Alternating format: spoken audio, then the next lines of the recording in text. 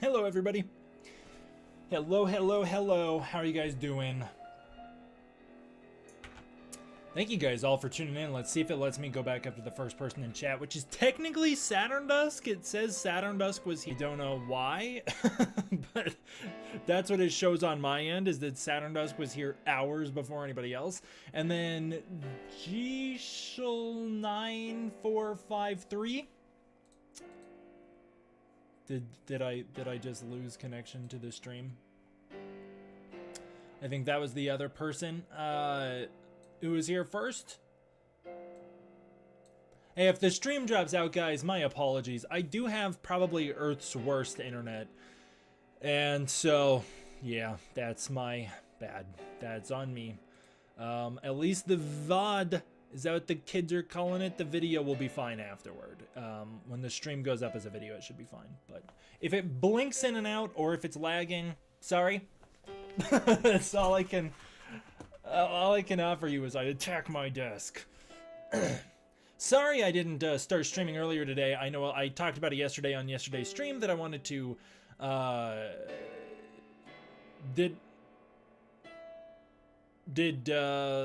oh, I see what you said, Saturn Dusk. Are you saying that, oh, I'm muted? Am I muted? Is Saturn Dusk, are you saying that the live stream yesterday, you tried to join that and that's why you were in the chat so much earlier than everybody else? I don't know. Yeah, I apologize. I said yesterday that I was going to do a live stream today, but you know what? To be honest with you, I didn't realize how much of my taxes I had left to do. It turned out I had a lot more of my taxes to do than I realized, and so I had to finish those, and then I've been killing myself trying to work on this Monarch episode 8 breakdown for Friday. Whitefang 5406, thank you so much for 14 months. Thank you for 14 months of being a channel member. Your golden badge is looking incredible, as is yours, Saturn Dusk. Thank you to D-Force for tuning in tonight. And yeah, we're gonna jump into the trailer breakdown here. We're gonna do it. This is I did this actually once during the Godzilla Minus 1 era, if you'll recall, and I actually think I did this a couple times. Like, I'm pretty positive I did this for Godzilla vs. Kong. Definitely did this once for Godzilla Minus 1 at the very least, but I've done this a few times where I've hopped on and we've kind of wrote the script for my trailer breakdown together. So that's what we're going to be doing tonight. I actually have not dived into the trailer to take notes on it yet. I was gonna, like I said, I was hoping to do it this morning, but man, we have been getting overloaded with Godzilla content, and I've been working on my Monarch episode 8 breakdown, and so it's just one of those overwhelming moments where it's like hard to be able to prioritize what to do. And I know a lot of people want me to focus on Minus Zero, so that's what I'm going to try and do here. Eclipse Minus 124, thank you so much for the super chat saying Godzilla Minus 1 and Attack on Titan. I think Godzilla Minus 1 would annihilate. Actually, I've not seen Attack on Titan. I've not read it, so I can't say with certainty. And I'm not a big power scaler guy, so that also I'm not sure about. But just his atomic breath alone, I would imagine, would just poof, take out so many of the Titans. Yay, I got the notification this time. I won't be here long because I pretty much said all the stuff I wanted to say yesterday about the teaser. I got nothing. No worries, Alpha Dragon Wolf Warrior. I hope you have a great night. Your golden D-Force badge is also looking incredible. Thank you for being part of D-Force. Godzilla New York is the same color versus the new Godzilla is black and gray. Yes, I noticed that. So let's jump on into the trailer. Let me get that pulled up again, and that should be on this screen. There you go. There you go, right where we left off in yesterday's discussion. So let's jump on into it. I actually have the English trailer pulled up. Hey, for those of you out there who are like screenshot people who like to take screenshots, here's a little word to the wise. The English trailer is sharper. It's a sharper, crisper trailer than the Japanese trailer. So if you want screenshots of the movie in as high quality as possible, make sure to take them from the English trailer. I don't know why, but it has less compression. So just keep an eye out for that if you're a screenshot dude. And now I'm gonna pull up my screen over here. I'm gonna make you guys a little smaller on my end, and now I'm gonna take my notes. Taking my notes. Trailer begins right here. I have no idea how long this stream will be. I can't imagine it'll be ungodly long because I am tired. It's been a long day. All right, so we pick up here in the streets of Ginza. This is Ginza, Tokyo. Now, I want to know what you guys think is happening in this shot. If I don't blip out here. I want to know what you guys think is happening in this shot. Like, when is this set? I think I have a lot of evidence to suggest exactly when this takes place. But I'll write that down and I'll let you guys discuss for a second. Yeah, it's a godzillion hours. That's how long this will be. This is actually a reference as well to the very first shot of the first ever Godzilla Minus One trailer.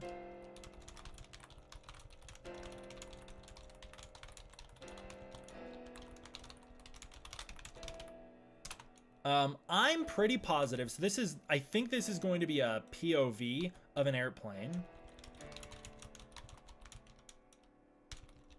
But I don't think it's the bomber we see, as I saw some theories that people thought that it was like going to be a bomber flying over the city, and it's the same bomber we would see right here in this sequence. Like this, what is this? Can you guys remind me, is this a B-52 bomber that the United States actually used to drop their atomic bombs with?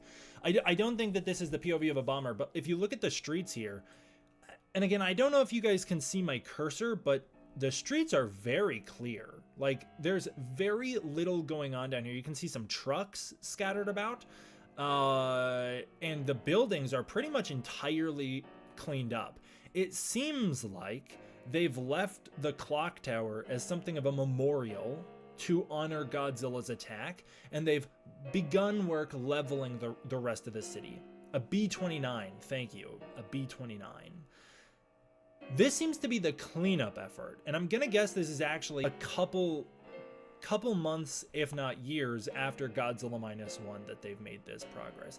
I actually don't know if this would be enough progress in a couple years. I don't know what Hiroshima and Nagasaki looked like 2 years after the atomic bombs. I don't know how fast that rebuild effort was, but this is clearly the cleanup. Like, I saw a lot of people thinking that this was going to be Noriko's survival, like we were going to see an alternate POV of how she survived, but man, these streets are way too clean.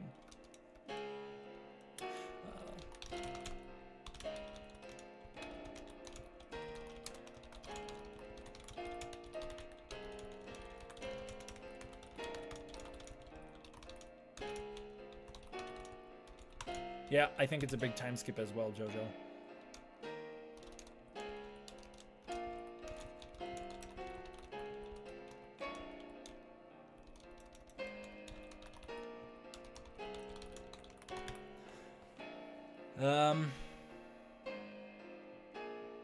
It would be my sense to be another plane, since how else would there be a picture of the bomber flying over Godzilla's smoking head? Yeah, I definitely think that there's two planes there, which is how they did the atomic bombings as well. They had the B-29s flying out, and then they had a second plane videotaping the planes that dropped the atomic bombs.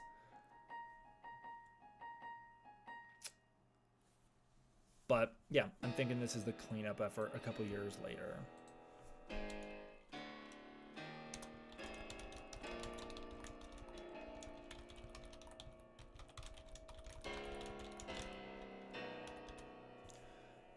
And I'm pretty sure I'd be pretty sure they're gonna follow the same formula as Godzilla Minus One in this film, in that we will probably have a bit of time skipping going on in this film. So this could be anywhere. This could be a scene picking up in 1947, or it could be a scene picking up in 1949. Either way, I actually think we're going to be jumping through time quite a bit in this film.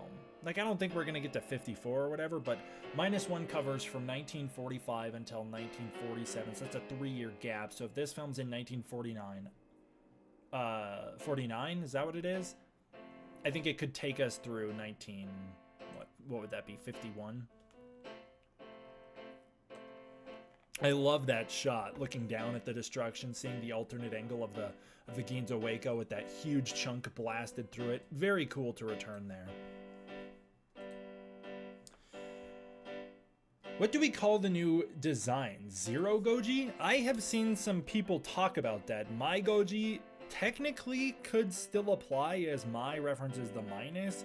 So I would think that it'll be something like Ze Goji. Zero Goji would be my guess. Why is it called -0 instead of -2? Actually, Takashi Yamazaki just spoke about this, and he said that the reasoning is because Godzilla -1 is Japan going from post-war, where they're at 0, to minus. This movie has, he said the point is to show that humanity has been rebounding a bit. There is a bit of hope, and so there is a bit of a progress made.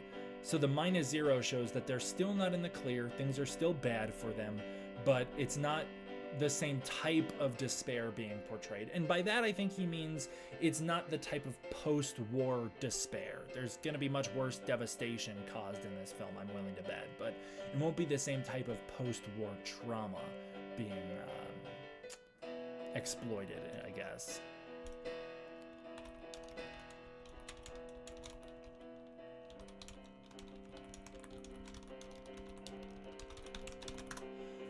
I think America was planning to nuke Godzilla in case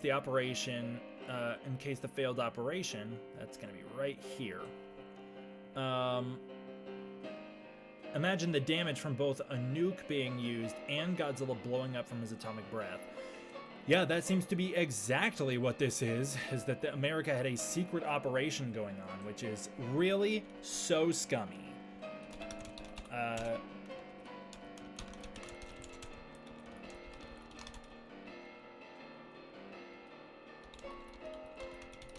I've seen some people theorizing that they might be talking about dropping a potential oxygen destroyer on Godzilla here.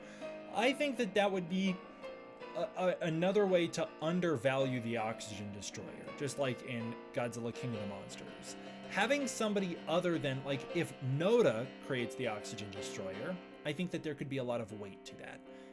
If he goes through a similar arc of Serizawa and has to make the same sacrifice as Serizawa, I think there's a lot of weight to that decision. I think the idea of the America coming up with an oxygen destroyer, it doesn't do anything. They've already got weapons of mass destruction, atomic bombs, and hydrogen bombs are just around the corner in real life, which are even worse. And so it's not doing anything to give America an atomic or an oxygen destroyer. It just let them use the atomic bomb. That's my thought. Yamazaki was asked in the newest interview with what Godzilla's arc in the new movie is, and he said there's not a lot he can say about that because it's all spoilers. If I had to take a wild guess, I'm going to think Godzilla's arc is going to be, he's going to be a destroyer attacking an enemy of some sort. Gravity and Gearus will show up, and Godzilla will not be a hero, but will fight this other monster. I think Godzilla could probably get his butt handed to him, and then come back on the rebound, fight this other monster to get his own revenge, and in doing so, he'll inadvertently help Japan.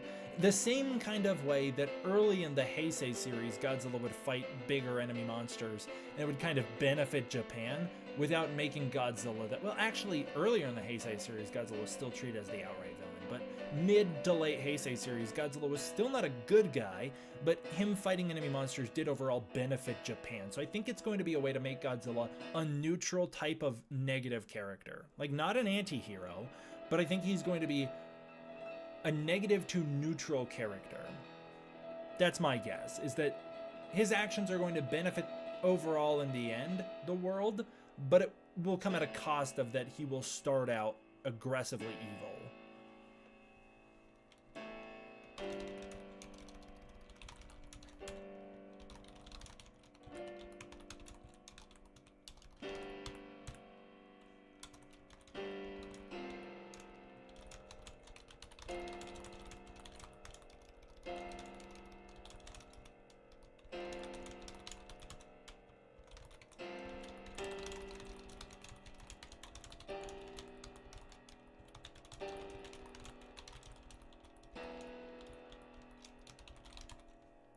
Minus to zero character, you could say. Absolutely. It's pretty much what I'm thinking here.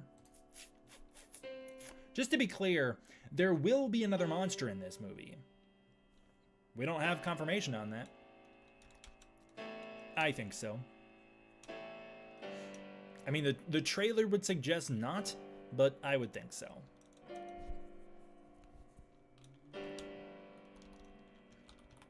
I think the idea as well is that they, after the Ginza nuke, they realize what Godzilla's capable of. And so they would realize that they could cover up, if they had to nuke Godzilla, they could cover up the nuke, knowing that they can blame it on Godzilla again. You know, if the Russians got upset. Assuming that that was even a real threat from the Soviets. Godzilla would have an invested interest, or the U.S. would have an invested interest in fighting Godzilla as well. The U.S., they were the ones who were first attacked by Godzilla.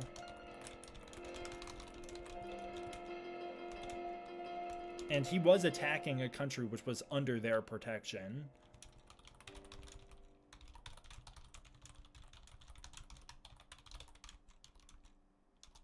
And the fear is always, what if he shows up in the US?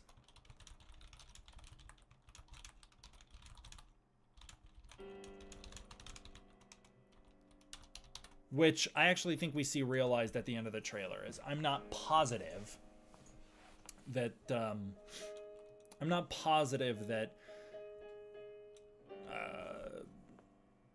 New York attack is real.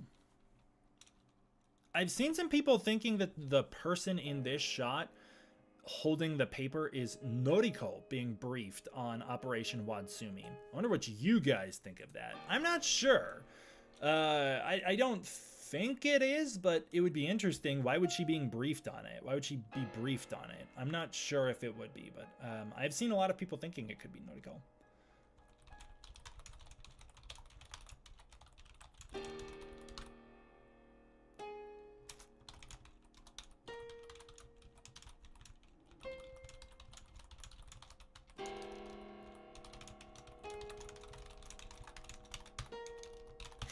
Alpha Dragon Wolf Warrior, yeah. I don't know if I just don't know. This seems like a pretty big American secret.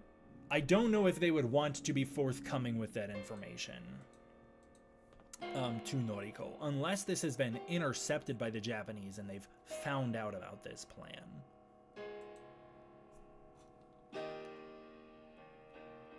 Yeah, but Zilla 1954, would they want to tell Shikishima? Would they want to tell him? Oh, thank you, Kiryu. Is the piano too loud? I hope it's not. I have no idea how loud it is.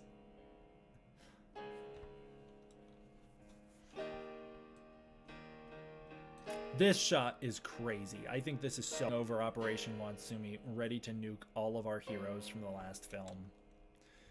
I would think she's being briefed on it because she's starting to develop some kind of connection to Godzilla, perhaps in a psychic way. That very well could be.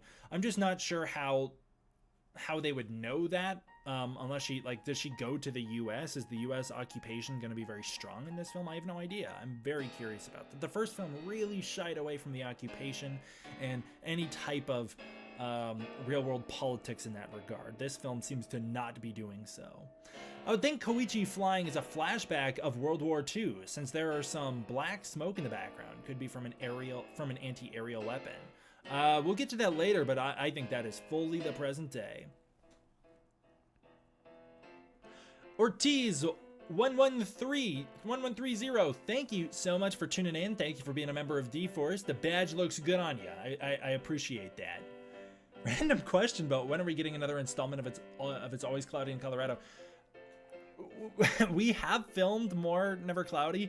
I don't know when we're going to be able to release it because there's just so much else going on, but I would love to work on more of those and get more of those out. Is everybody having no audio, or is that just Riley? I hope it's not everybody.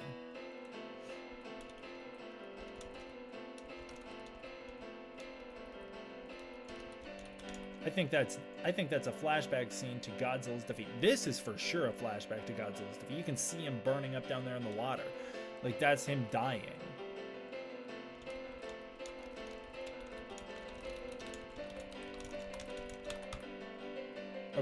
You can hear me good. But Blue doesn't hear me. I don't know. I got stream glitch. It's back now. We have audio. We can still hear it. I don't know. Is my audio going super robot? Sometimes my audio goes super robot mode. And that is a stream glitch for some reason that I experience. And I don't experience it when I record, only when I stream. Yes, the audio will be out of sync. Actually, every single video I release, the audio is out of sync. I have to, in editing, sync the audio. It's due to something to do with my microphone and camera have a delay. So my audio should be out of sync. Like the clap shouldn't line up. And every time I record a video, I have to, in post, sync the audio.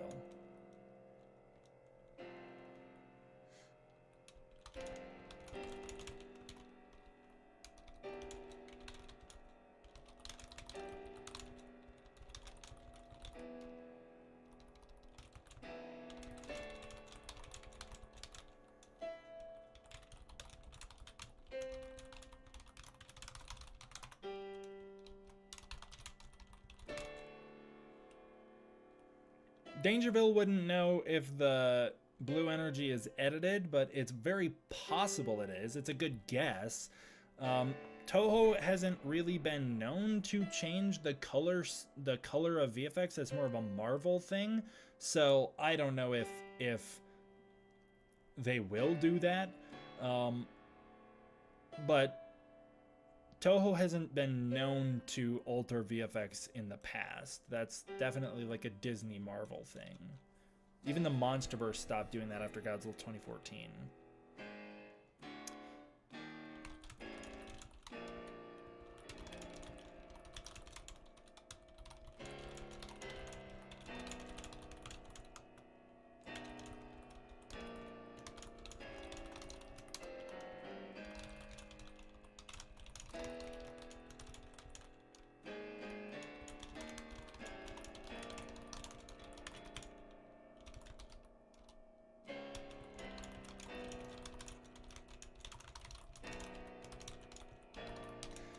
This reminds me a lot of Shin Godzilla as well. In Shin Godzilla, we find out that I mean, we don't find it out like it's a big reveal, but in Shin Godzilla, the US, when given authority, is immediately like, we're gonna drop a nuke on him. We're gonna nuke him in your home. We're gonna drop a nuke on him in Tokyo.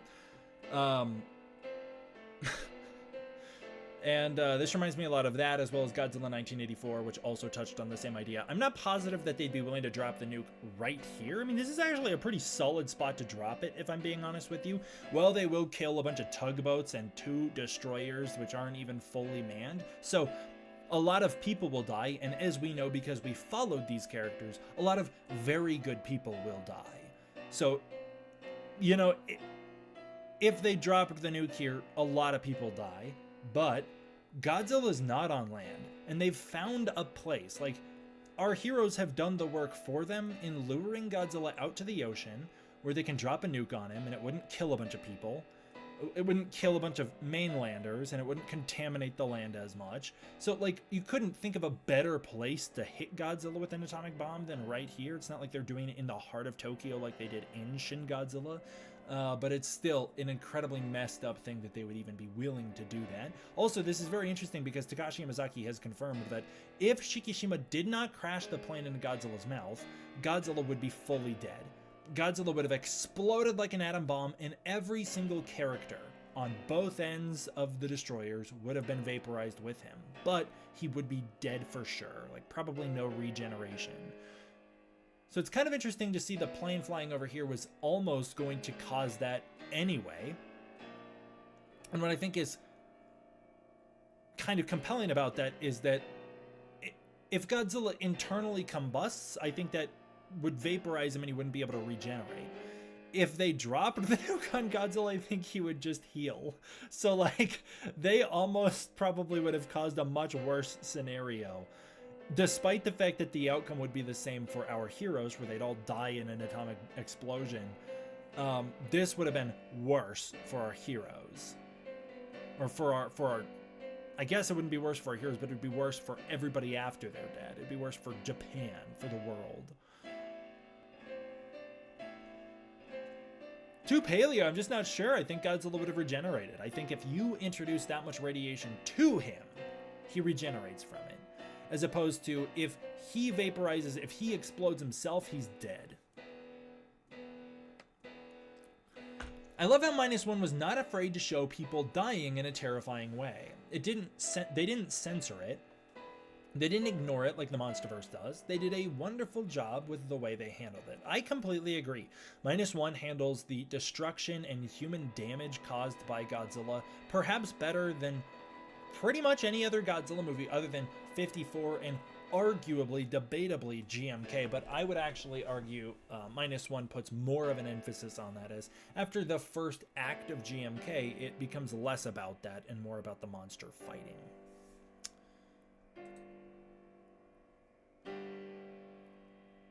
Yeah, just a guy. I actually talked about that in yesterday's video, or live stream, but I'll definitely bring that back up as well.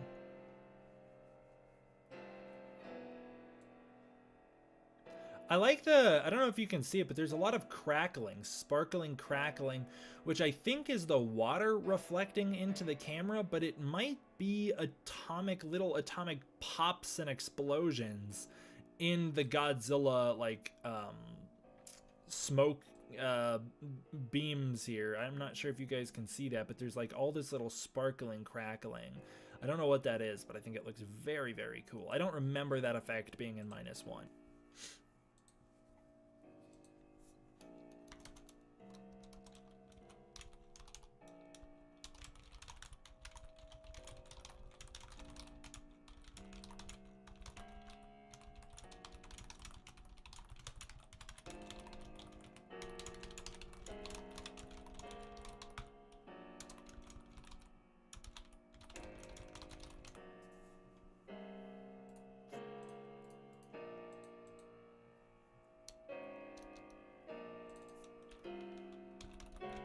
I think it's reflections. Could be water reflections. I just thought it looked cool. A new threat. A new threat. Is that referring to a bigger Godzilla? Is that referring to a second Godzilla? Or is that a new monster?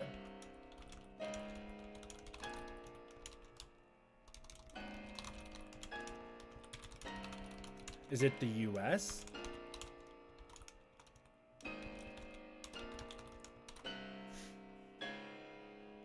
Okay, my theory, Goji takes 2 years to regen, pulling his pieces.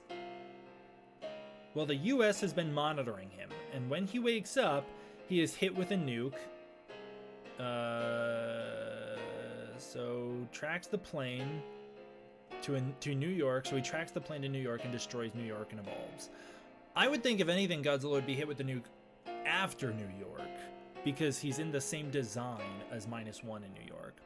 I haven't heard any updates yeah, Alpha, I haven't either. I tried to reach out. To them on Twitter.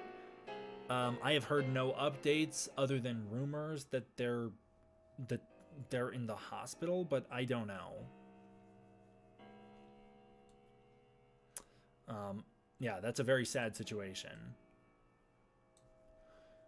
So here we've got Akiko and her little stuffed rabbit returning from Godzilla -1. At this point, if Akiko's born in 1945 and 1949 now, she's 4 or 5.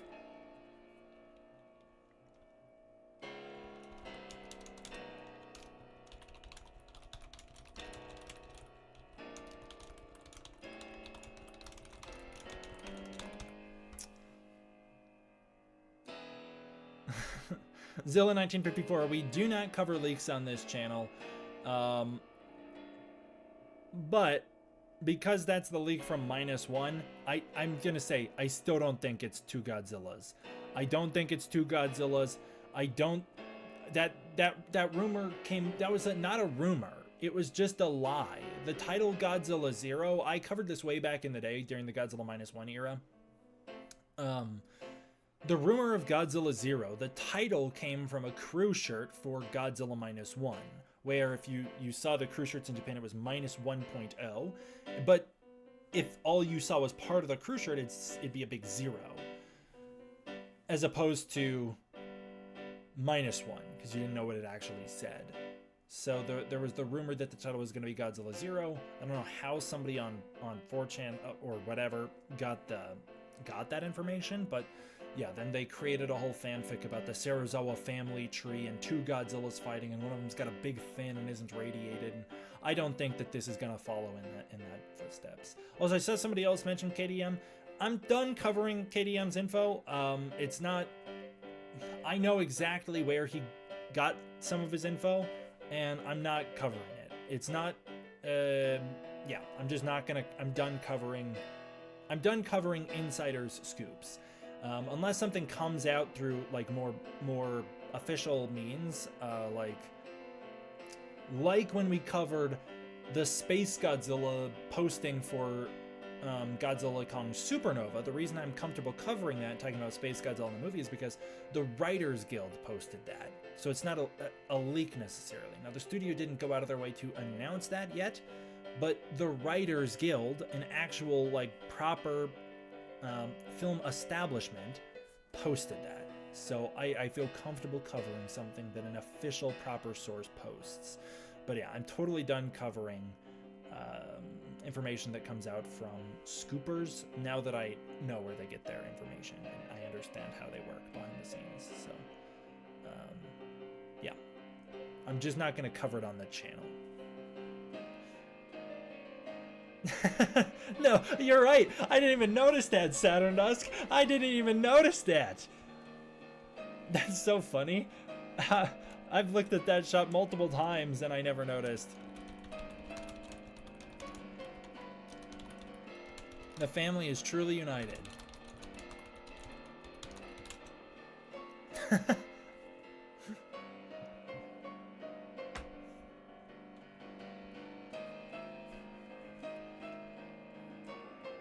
I always thought the stuffed rabbit here that Akiko's holding, it appears in the background of this scene where Shikishima is talking to her at the very end of the first film, and she's crying, and she's got the drawing of the family with Noriko, and she's like missing her mom.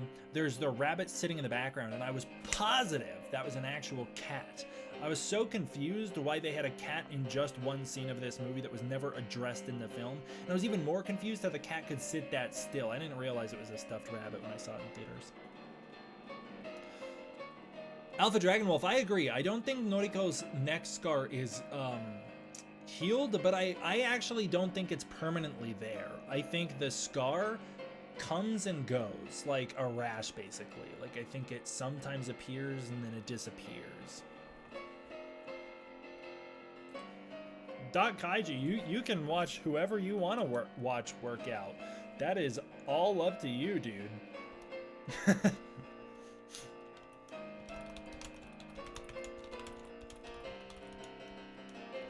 What's the dad's name in Godzilla vs. Hedorah that has the eye patch like Noriko has here?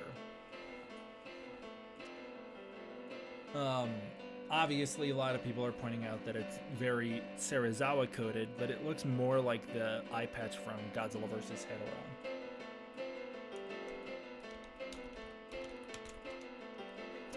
I believe that the zero gravity might be a new Godzilla ability or a prototype weapon the US will use, being Godzilla ability is more plausible. I'll get into that when we get there, but I'm pretty positive it's the answer nobody wants it to be, but yeah, we'll get into that when we get there.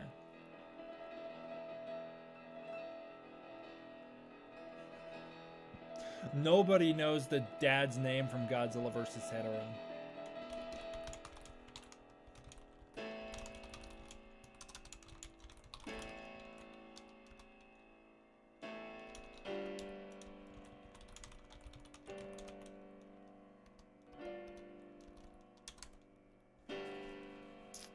I wonder if this teardrop is CGI'd. It just looks so shiny. I wonder why she's crying. Why do you think she's crying?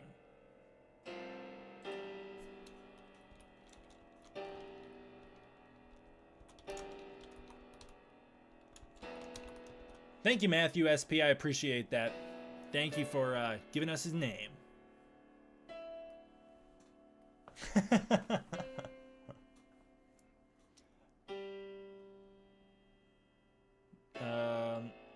Goji guy said the Monsterverse is connected to -1 because the blue energy looks like Axis Mundi.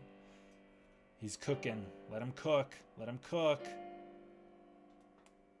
D-Man, are you going to do another -0 video tomorrow or the Monarch Episode 8 breakdown first? Jojo, I'm actually not allowed to review Monarch until Fridays as per my agreement with Apple TV+. So I have a day to work on my -0 breakdown, so that's going to be my priority tomorrow. I'll have a -0 news and updates going out in the morning, and then I'm going to be working on the -0 trailer breakdown for the afternoon, and then Friday I've got the Monarch Episode 8 breakdown coming out, and it will be delayed from my normal releases, I think. I think it'll be coming out in the night, Friday night, so please look out for that. And also, please look out for, or go check out after this, my trailer reaction for Godzilla Minus Zero. I know many of you guys have probably already seen that, but if you could please go like and hype that trailer, you know, the new YouTube hype feature on mobile, if you could please go do that. My trailer reaction got copyright claimed today for using Divine, and it was an aggressive copyright claim. Toho actually blocked the video, and I had to mute the audio for the trailer reaction. So the whole point of the trailer reaction, I had to mute the audio over it in order to get the video back up. I don't know why I didn't see anybody else's get blocked, but yeah, mine got blocked to re-upload it, which was pretty frustrating. So please go show that re-upload some support. It completely killed the momentum on that trailer breakdown. It's pretty sad, but yeah, it was a bummer. Bye, going to school. Well, have a great day at school, the Godzilla Fan 2026. I hyped it. Thank you very much, Alpha Dragon Wolf. I appreciate that, man. I think I hyped it already. Thank you so much, Kiryu. And Kaiju. Thank you, Kaiju. Should we assume Koichi is working as a test pilot in this movie? Seems sensible. That is exactly what I said he should be working as in my pitch, isn't it? Didn't I say he should be working as either like a test pilot or as a commercial pilot so that he could still do some aviation, but like, not be in the line of fire? It's because you talked about Gravity Anger's and spoiled the movie. I talked about Gravity Anger's in my trailer breakdown live stream, not in the video. YouTube should not go after my video for spoilers. I spoiled it in the live stream, not in the video. I mean, now that we're here, I can tell you Godzilla has 4 different forms in the movie. One of them looks absolutely insane and is bright purple. I know that kind of isn't going to be the craziest thing because he's also bright purple in Supernova, but he is going to be bright purple at one point in this movie, and it's not even the point in the movie you think, and it has nothing to do with anything other than the fact that you don't know where Gravity Anguirus comes from. Let me just put it that way. Once Godzilla starts going bright purple, that's when you know Gravity Anger's is about to make an exit. I'm going to bed, unfortunately. All right, have a good night, Lou. Got to cover all the footage with a big copyright by Toho in white. Yeah, I know. It was the audio that got me, actually. The very mostly unaudible audio. Shikishima appears to be flying in an AD Skyrider variant that has Japanese camouflage. Ooh. We'll have to look that up once we get there. I'm going to start moving here. All right, I didn't see any theories, though. Why do you guys think Noriko's crying? I think she could be crying because she's probably having some medical issue relating to her, she's probably keeping her secret. She's probably keeping whatever's going on with her a secret, and it's probably flaring up again. All right, take care, Alpha Dragon Wolf.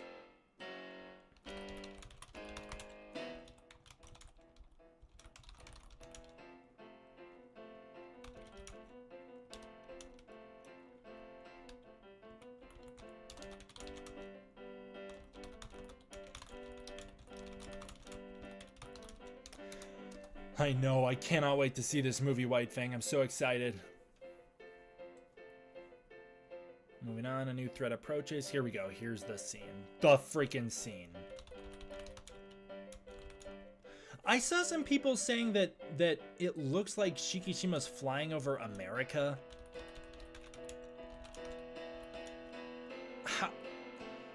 What about that screams America to anybody? This doesn't look like anywhere to me. This looks like everywhere on Earth when you're in an airplane.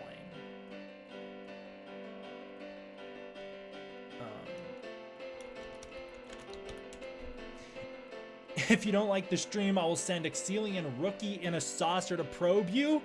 Please don't. Not the rookie, send a trained one anyway. Shikishima flies over this landscape, and you can actually see a bunch of the anti-gravity stuff already in the background.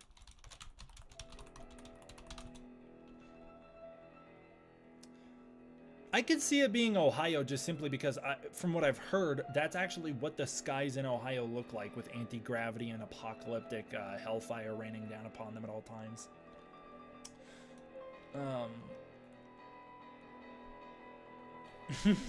Yeah, Blue, take off Friday, November 6th.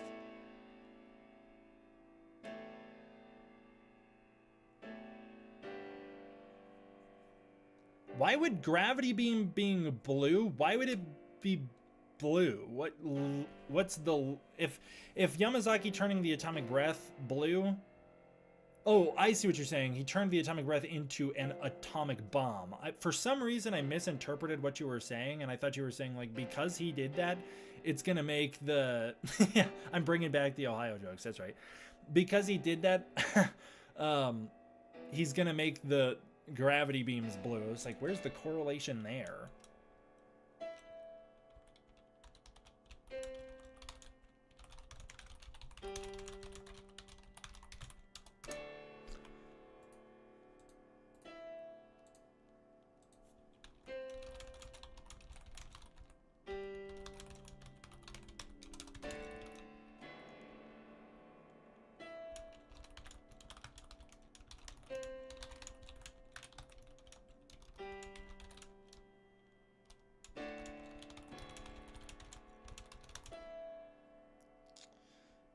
What makes me think it's King Ghidorah, because if you listen closely at the anti-gravity clip, you can hear whirling sounds similar to Ghidorah's roar. Let's... Whoa. Hello. I don't want that. I don't want the text. Stop typing!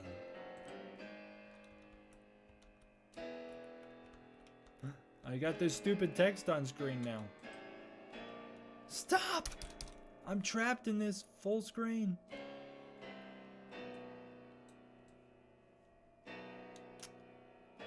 Well, I'll have to check it out later. I don't know why my Premiere is trapped in full screen. Yeah, you can see anti-gravity particles flying behind him. There's a lot of debris behind him.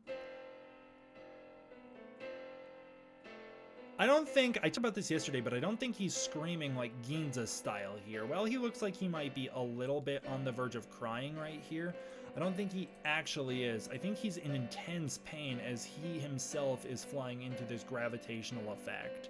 I think that's what's happening to him. Also looks like there's a coastline in the background there. I'm not sure if you can see that, but that looks like a coastline. So wherever he is, appears to be on the coast. Yeah, Goji's Creed, I don't know. I don't have any updates on that situation, but it's very, very upsetting and very tragic. I have not had any more of the Shin Godzilla Sake Saturn Dusk.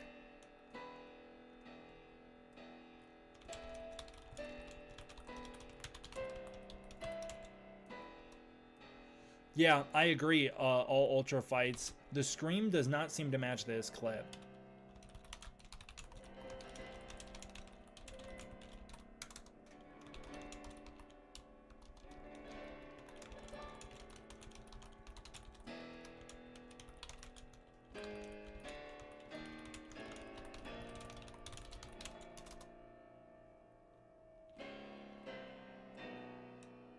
Yeah, I would scream too if I thought I killed Godzilla -1 only for him to come back. Okay, here's the big shot. Yes, there is a person flying around in the frame here, and I believe we can actually see another person flying in the frame right here. What is with the text boxes? Why does it keep trying to get me to place text boxes? I don't want text boxes. But yeah, I think we can see a person flying around up there too. I really like that. Despite how high concept of a thing this is, how crazy this sequence is, it does look like they're really taking it seriously.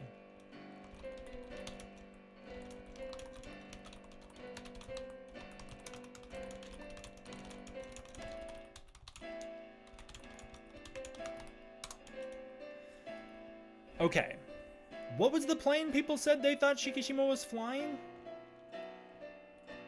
Also, these buildings look Japanese to me. So whoever said that Shikishima was flying over America, like, that's not an American building right there.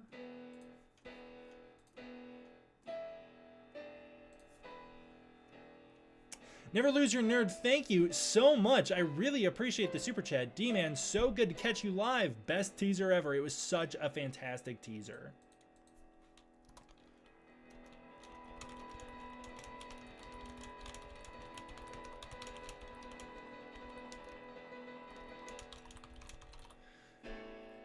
They could maybe take inspiration from the original Heisei Ghidorah concepts where each had a different beam color and maybe different abilities. Yellow is the standard, blue is anti-gravity. Dude, I love that idea. That would be so cool. I would really love that. That'd be a really, really great way to differentiate, if this is Ghidorah, to differentiate him from previous Ghidorahs. Minus Zero is 150 meters. That seaplane is 40 feet in height, and his upper body is 6 times. Cameron, I've heard many people analyze it different ways. I've seen somebody else analyze it doing a lot of math to explain their logic, coming to the conclusion Godzilla's only 80 meters in that shot. So I don't know, man. Also, you never know. Scale is changed depending on the shot very frequently.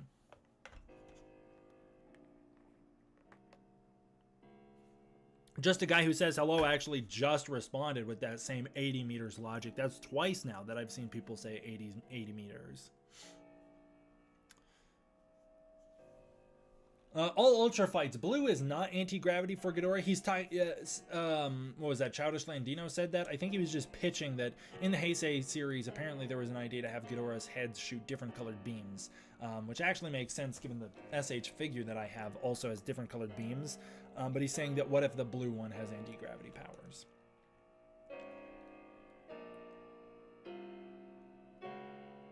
But what's the plane Shikishima's flying here? I know the flying boat comes later. But what's the plane Shikishima's flying right here?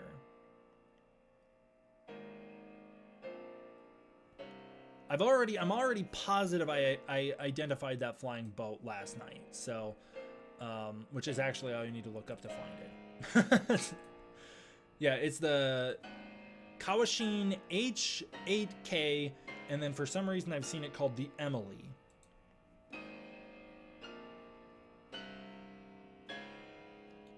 Oh man, whoever was in the chat saying what plane Shikishima's flying in this shot, I don't see them anymore. Someone said it was like an American plane with Japanese camouflage. What's the plane?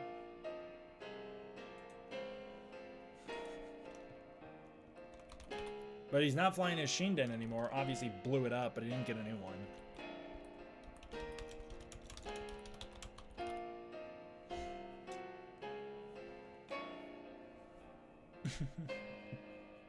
I love Gravity Angears. He's my favorite meme to come out of this trailer. No, not the Kawashin. I know that's the plane we see later. That's this giant plane we see in this shot right here. That's the Kawashin. I'm talking about this plane that Shikishima's in. It's not a Shinden. It's not a tail wing.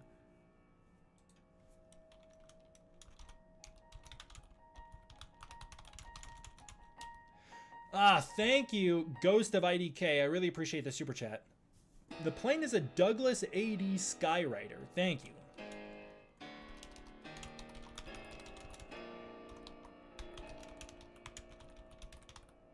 A Douglas AD Skyrider. Let me look that up.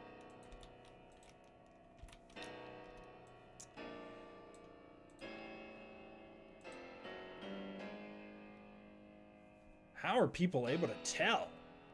After looking it up. How could people tell?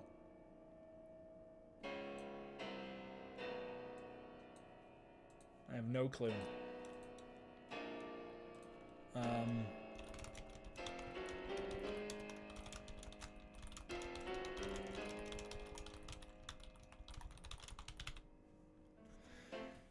D-Man, if you noticed, each gravity beam is in a circle and going in a straight pattern direction.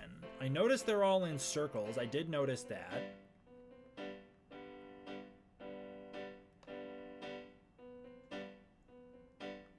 I don't know what you mean it's going in a straight pattern direction. It's got this really cool, like, reality warping RGB effect right here. That looks so sick.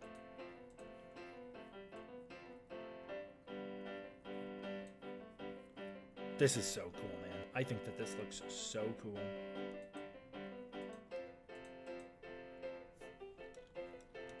The cockpit details match. Well, I'll believe it. Do you have any fan theories as to plot, D-Man? You know, I think generally it's gonna be a fairly simple plot. I could see it, despite how crazy this looks, I think that we are going to see our characters have picked up with their lives and things are going fairly well for them. Godzilla's going to return and it's going to plunge the world into chaos. I think America is going to become extremely aggressive in wanting to pursue Godzilla. Meanwhile, I do believe a second threat will be looming in the background. Something will go wrong, some threat will be growing, and they won't have an explanation for it. I'm just basically pitching you in a Shiro Honda film. And then apparently Godzilla goes to New York. I like the theory that he's nuked in New York. I really like that theory. And then he grows even bigger and stronger, showing up, and the big battle goes down with whatever the bad guy is. I'm not entirely sure, man. That's the most Honda-ish plot I can think of, but I don't know. I don't know, but I love this effect, this anti-gravity effect.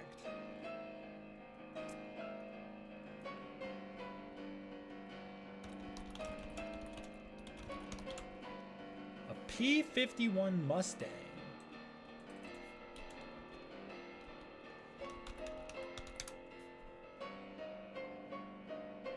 Plain people, what do we think about the P-51 Mustang?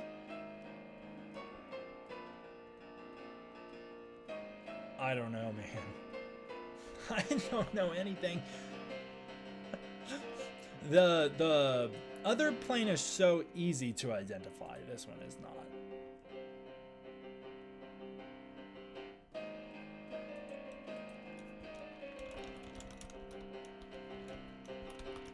It's like with Godzilla Minus One when everyone was trying to identify what type of ship we were seeing in every shot. And I was like, I'm just going to defer to the ship people and let the ship people take it away. I don't know anything about that.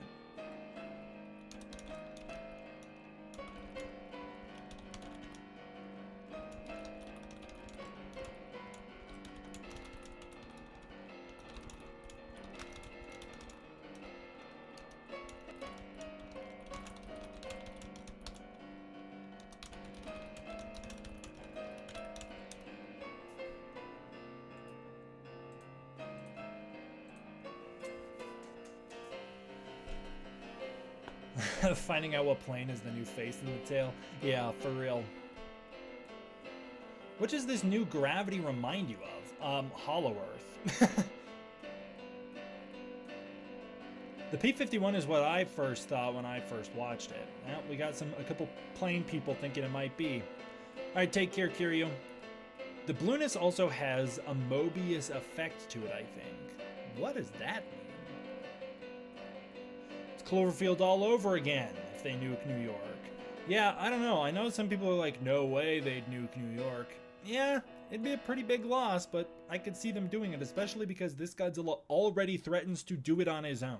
This isn't like a normal Godzilla, you guys. This isn't like Showa Godzilla shows up and he's gonna knock down some buildings, especially later Showa, like mid to late Showa. He's gonna knock down some buildings and his atomic breath might blast a building apart. But this is one that can do it all in one moment. He can drop one bomb and the city's gone. So nuking him might be their way to spare the next city from him. Hey D-Man 1954, hope your day is going well. Are you considering going to see this movie in Japan or watch it early access screening event? Gojira 03227, thank you so much for the super chat. I really appreciate that. Thank you so much. I have no idea. I have no money right now, especially after taxes. I'm broke, dude. So I don't know if I'll be able to go to Japan. I would love to go to Japan. For the past 2 years, I've been trying to go back to Japan and just things have come up. Like I was kind of close to going in 2024, but I wasn't able to because my money wound up elsewhere. And so I don't know. I'm not sure if I'll be able to make it. It's expensive living, you know, in an apartment. So it's harder to save money than I'd like. White Fang, take care. Have a great night. I still think it'd be extremely funny if King Kong's skeleton is on display in New York and Godzilla steps on it. I don't want him to step on it, but I think it'd be really awesome if he walks past it. I think that'd be really cool. I would love an Easter egg to King Kong.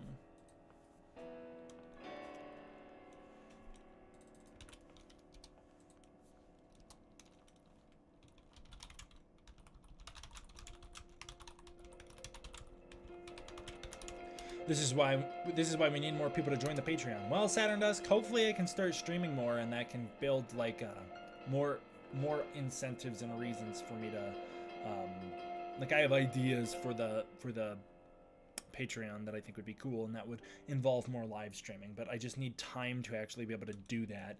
I'm so overwhelmed with always trying to catch back up. I was finally getting caught back up and then Monarch came out. I felt like for the first time I was finally getting caught up there for a minute. I just checked the Skyrider was never used by Japan historically, so that might hint at major American involvement. Well, I did tell you guys even well before this teaser that there was going to be Americans in this movie and English-speaking dialogue. It's very cool that it's like on the forefront in the teaser, but I totally think the U.S. will have more involvement in this movie than even this trailer is letting on. I saw a theory that like maybe a popular American or English-speaking actor could show up in this film, and I think that'd be very, very cool. I saw somebody theorizing that it's going to be Simon Pegg, which would be pretty sweet, but I doubt it.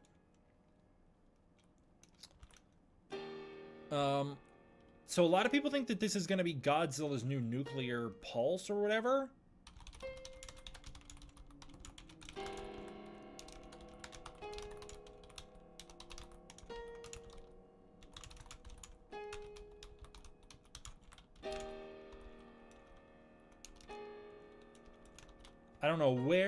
I don't know how that would work. Like, no Godzilla's ever had a magnet. Well, a magnet. That's because I just wrote the word magnet. No Godzilla's ever had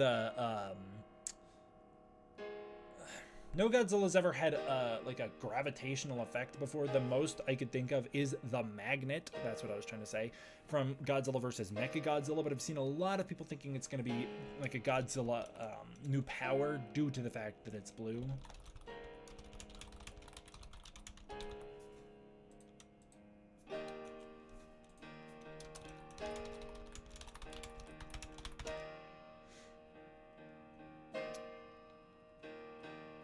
Yeah, this movie is not 100% historical. I can see them bending the rules in the US, giving Japan means of defense. I mean, they already did that in the first film. It makes sense that they would continue to do so.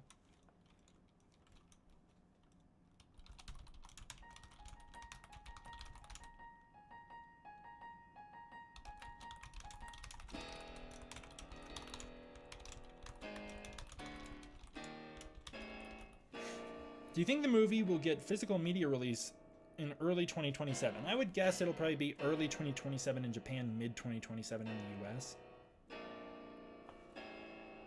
Or maybe a little later, because Japan likes to extend their theatrical releases. So maybe mid 2027 overall. I have no idea. No, the first nuke wasn't created in Manhattan, despite the name the Manhattan Project. It was created in Nevada. I don't know why Godzilla would go all the way to New York. Yeah, I really would love the IMAX copy of this movie to be released, but I do not think it. I don't think it will be. IMAX doesn't tend to release their copies other than with Marvel, it seems. Kaiju says, Toho, please hire me for dubbing. I have no experience, but if you give me enough sake, I will believe I can do anything. Hire me too. I also want to do that as well. Do me as well. I want to do it too. I want to dub it too. I actually thought the Netflix dub of Minus One was very good. All right, who else has gravity powers? It could be an anti-gravity weapon.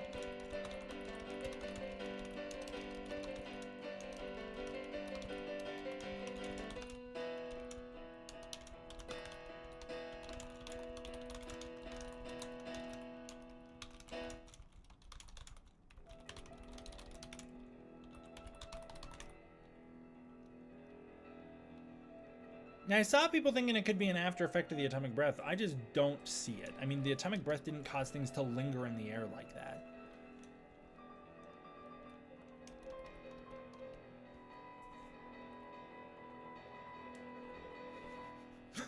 Yeah, Toho should just hire us, all of us in the chat row. I don't know why they wouldn't. I honestly don't know why they wouldn't. I think we could probably do it.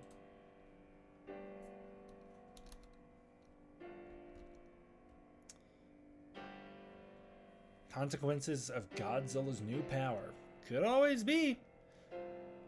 I think the most likely scenario is the one that nobody wants.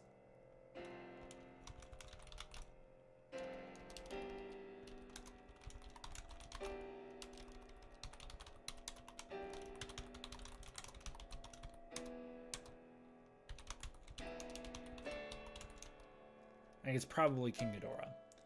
I think it is probably the gravity beams being literalized. Ghidorah has literally affected gravity to my recollection in Godzilla Final Wars. Kaiser Ghidorah does it. I don't think he does it in GMK. I cannot remember if he has gravitational powers in Rebirth Trilogy. Other than that, only the Planet Eater.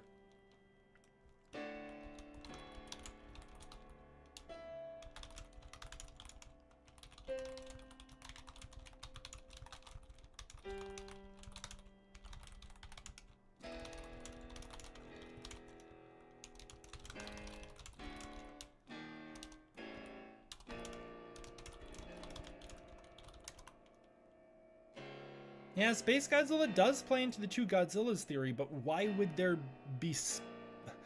Where does the space come from? And isn't that too close to supernova? Matthew, if Ghidorah is in this movie, I would think Ghidorah would be bigger than Godzilla. I don't think they're going to go the GMK route. Yeah, I would love to see that too, Paleo. Kind of like what Scar King does in New Empire, but different. Oh, really? I'll need to check out that Zone Fighter fight.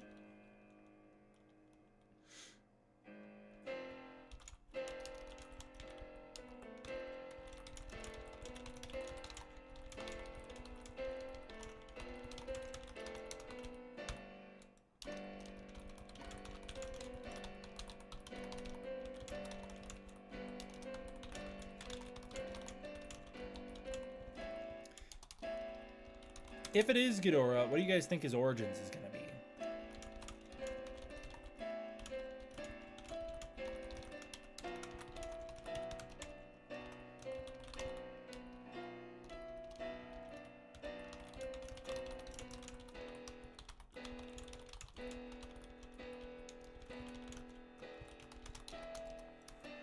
I think if anything, they will go King of the Monsters style, where he will be from space, but not like shown on screen, only implied. And then I would think it'd be pretty cool if they go the -1 route, where we see an earlier pre-evolved form, and then I really love the idea of like almost like how there's the idea that Batman creates his own villains. I would love the idea if Godzilla's radiation, maybe even the effects of Godzilla -1, create the new monster, mutate whatever this thing that came down from space, the Dorats or whatever, and turn it into King Ghidorah.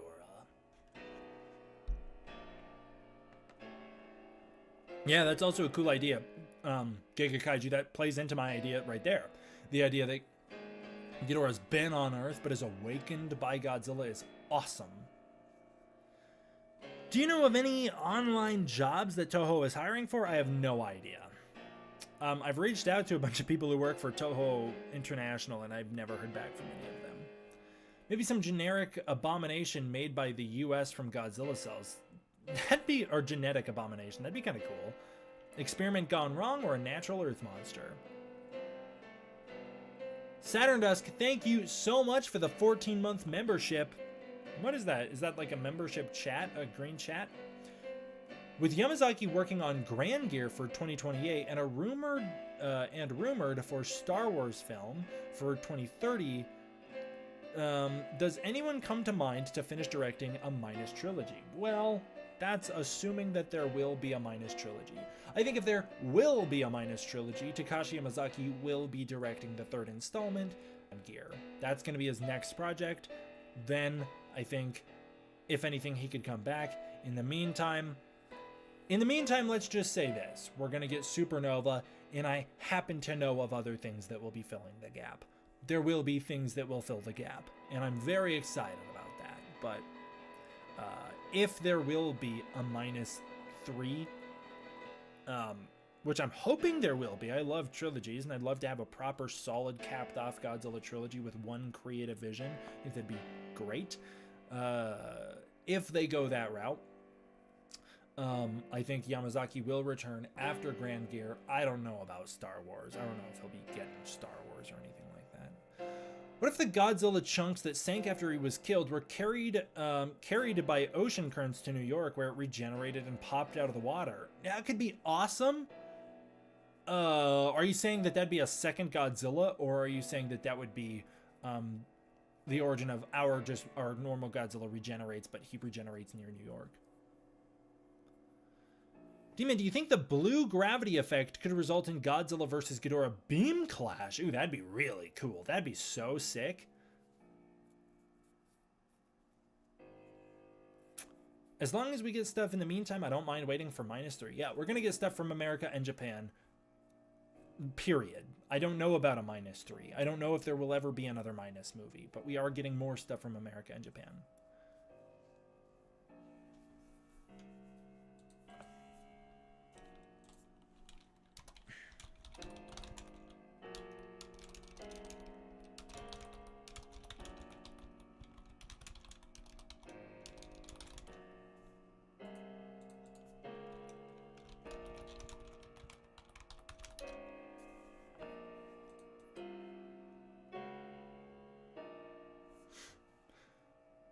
What if the blue energy comes from Gabra and he's like Freddy Krueger, Scarecrow-esque monster tormenting Koichi's trauma? I would always love to bring Gabra back and make him really terrifying. We have the Lee Shaw spin-off show coming out in the meantime after Supernova. Yes, we do. The anime trilogy fell on its face, TBF. I think that trilogy really holds up. I think it's really good. Chenzo, wow. Thank you for tuning in. Chenzo creates some of the best freaking Godzilla music out there. One of the best Godzilla musicians around. Incredible covers. One of my biggest inspirations for learning piano. So please go show him some love. And we've collaborated in the past. Whenever I use my Godzilla custom theme, oftentimes I'll use the version we collaborated on. So that's so cool to see that you're in the chat. I hope you're doing well. The pulse could be an EMP related ability, since the atomic bomb does generate an EMP after detonation. So Godzilla could develop an ability after getting nuked that could disturb the gravitational field. That's a really cool theory. I like that a lot, especially if Godzilla's shooting an atmospheric bomb. I don't know why he would do that, but that's what actually results in the massive EMPs from nuclear explosions, is shooting them up into the sky. Like, what is it, Operation Starfish? Is that what caused it? The giant EMP that, like, hit Hawaii?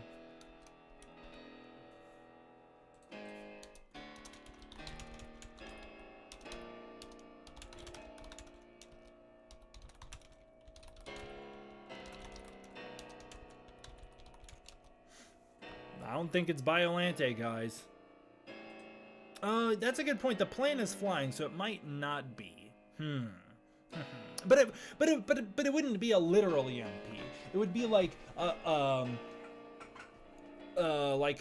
riff on that type of effect.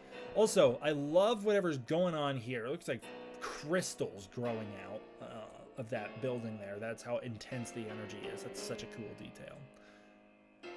But I truly do think the most likely scenario is the one nobody wants, which is King Ghidorah, which I've done videos for months now explaining why despite the fact that there's other monsters I would like to see in this movie, I think financially and logically, that's maybe the best play they could go with. I'm going to translate these. I'm going to translate these things right here. See what they're saying.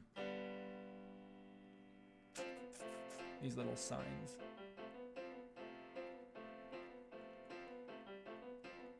First sign says complete Olay arrival. The sign with the horse says round hand ink. The next says small sentaku beads.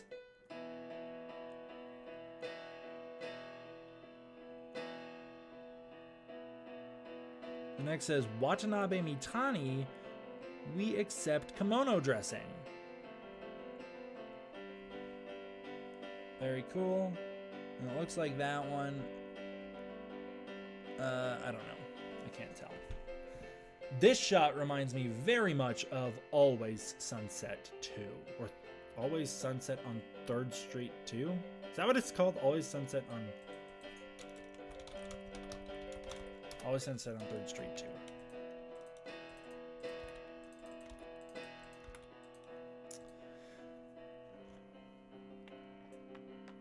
100%. Godzilla vs. Ghidorah will sell to the general public. I hope if it is Ghidorah, I can help sell you guys on it.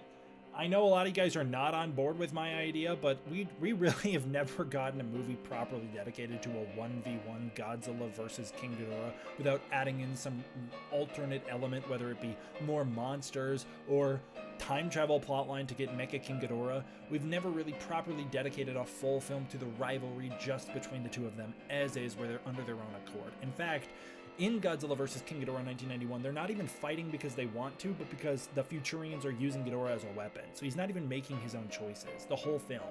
So I hope I'm able to sell you guys on that, if that's what it is.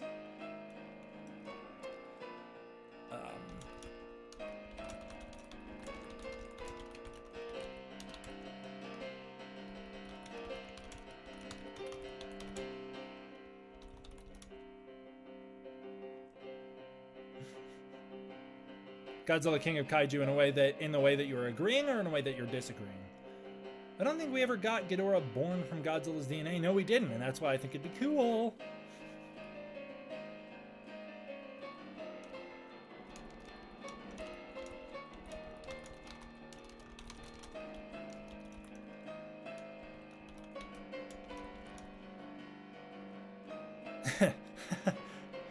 Yeah. Gotta love Major Spielberg.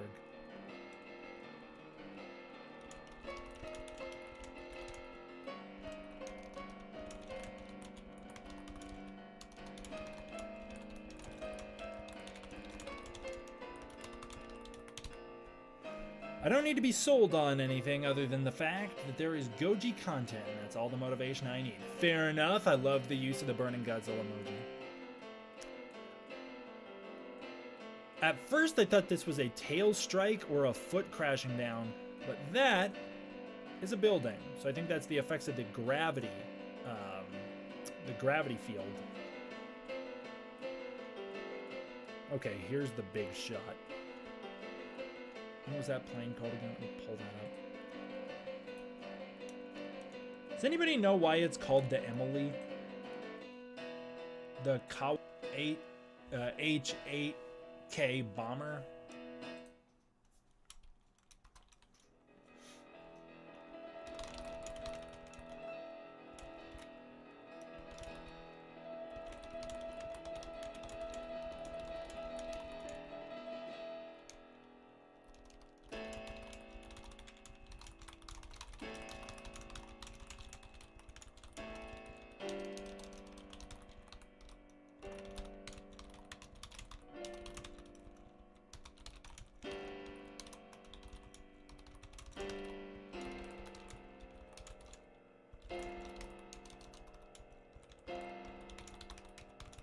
I bet you the SHMA figure comes with this plane.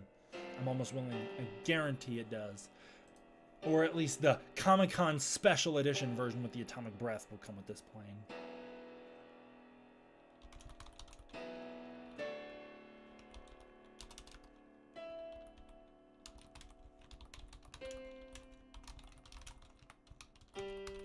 Yeah, that dorsal spine is massive. It's so big.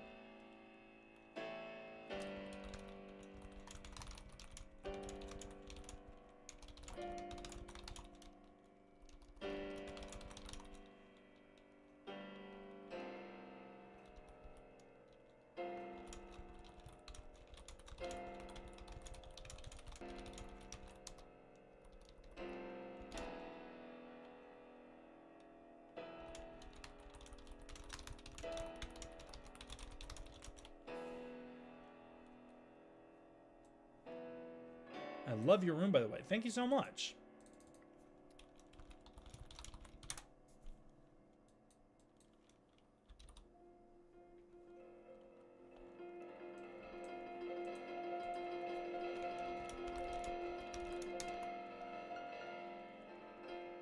I'm standing by the 80-meter range.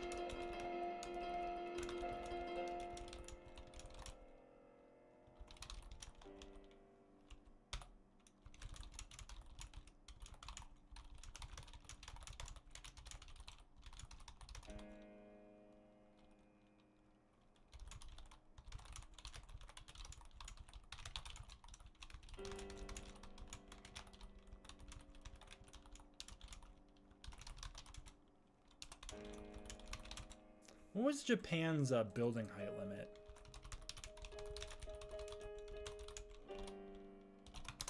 In the 1940s.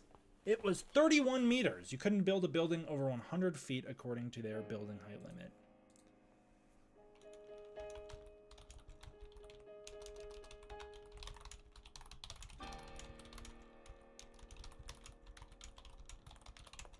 So, if Godzilla's 100 meters, a 100-foot building next to him is going to look ridiculously small. So it would kind of lose the whole presence and sense of scale Godzilla has, actually. Like I talked about in yesterday's stream, it gives the Godzilla Earth effect, where you lose the lack of relatable objects around him actually loses his scale, not gains it.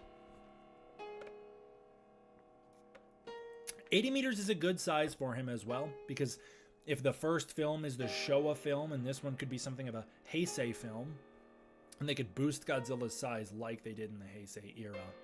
Such a cool man. God, this looks so amazing. The water sims look incredible. Who does those? Tatsuji Nojima does the water sims in these movies, I think.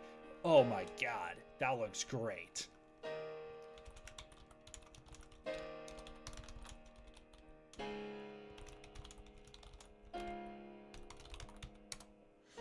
The buildings will get taller when they're lifted in the air.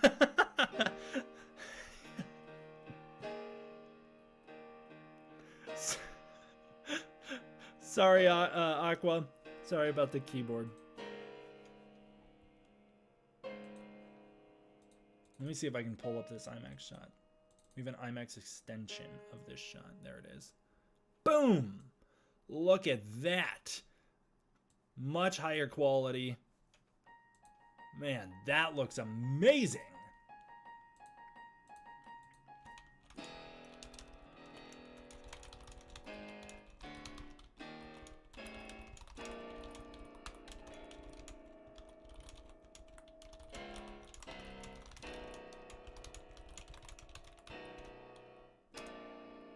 Yeah, I bet this is right. No, I don't think this is right after he regens.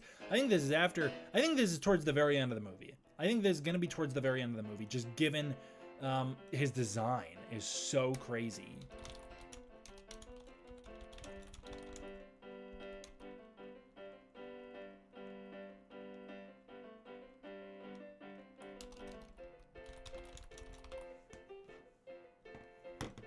Look at that freaking incredibly large dorsal plate on his back there. The 3, oh man, that's gonna look cool. Those spines are gonna look so freaking awesome, man. That's gonna be great. And I think these look crazy. Elbow spines. You can see he's a lot sharper in the face as well. I don't think there's a glimpse of the tail in the background, not that I can see. Are you talking about over here or down here? I'm not sure. Man, that's so cool. But yeah, he does look like he's still missing his eyes. Looks like he's got a lot of foam at the mouth too. This is one of the coolest shots I think we've ever gotten of Godzilla.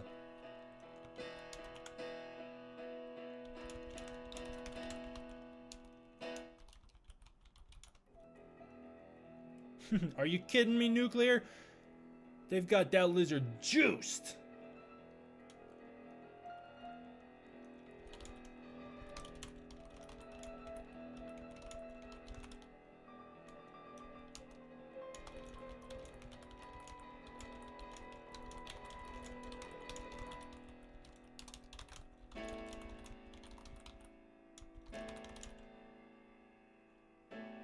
On the right, but it's probably just the splash effect. Way over here, I think this could be, but I think that's water.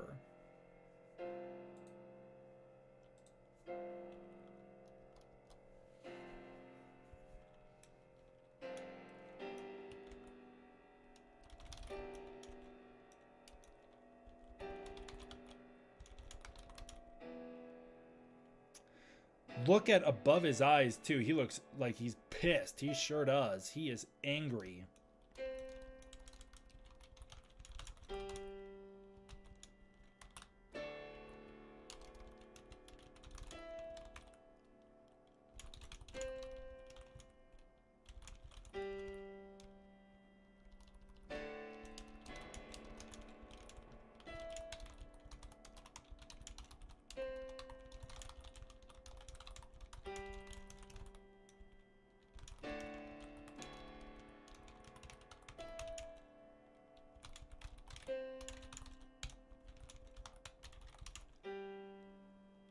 Scarecrow Dieter, thank you so much for the super. I appreciate that. What is that little sticker? On set. Quiet on set.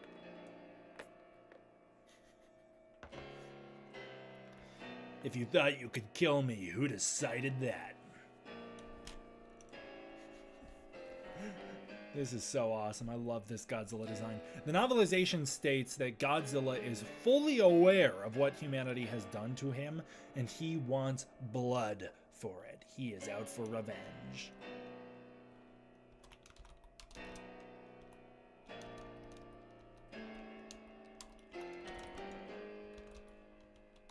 It's Dieter. Sorry. Dieter? I'm terrible, man. Oh, welcome from Belgium. Thank you so much for tuning in.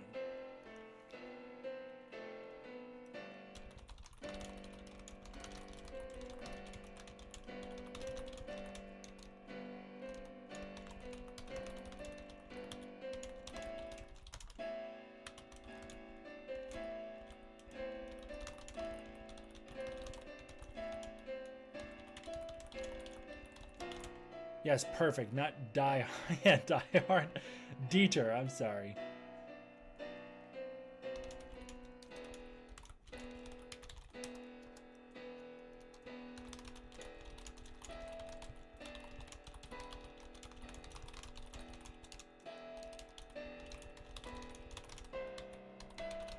I think this is going to be Godzilla's final evolution in the movie. As I do think his design is going to change over the course of the film. Even just beyond the design we see in New York, I think his design will continue to change. God, I love the movement of him. I love the water splashing off his back. I love the way he's flexing out. He looks to be moving much more fluidly than Minus One moved. Takashi Mizaki spoke about how Godzilla Minus One, in that film, he moves in a very stiff, rigid way because he's become half animal, half god, and he is like uncomfortable in that half and half state. You know, he's like still adapting to becoming the creature he is.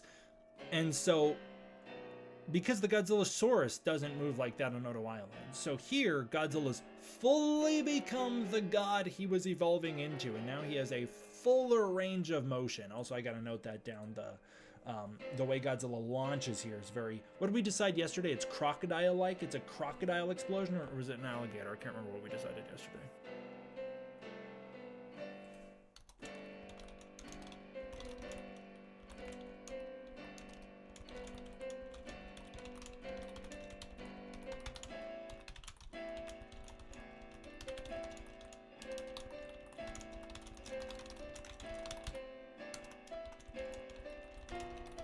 Croc.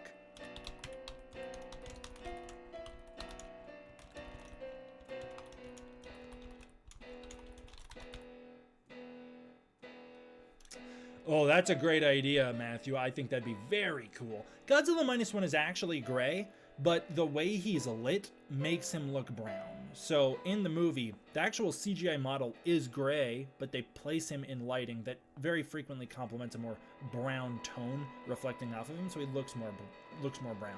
All Ultra Fights, thank you so much for the super chat. I really appreciate that, man. You said, thank you for being authentic and fun with Godzilla. Good night. Hey, thank you so much for all of your support, and have a great night.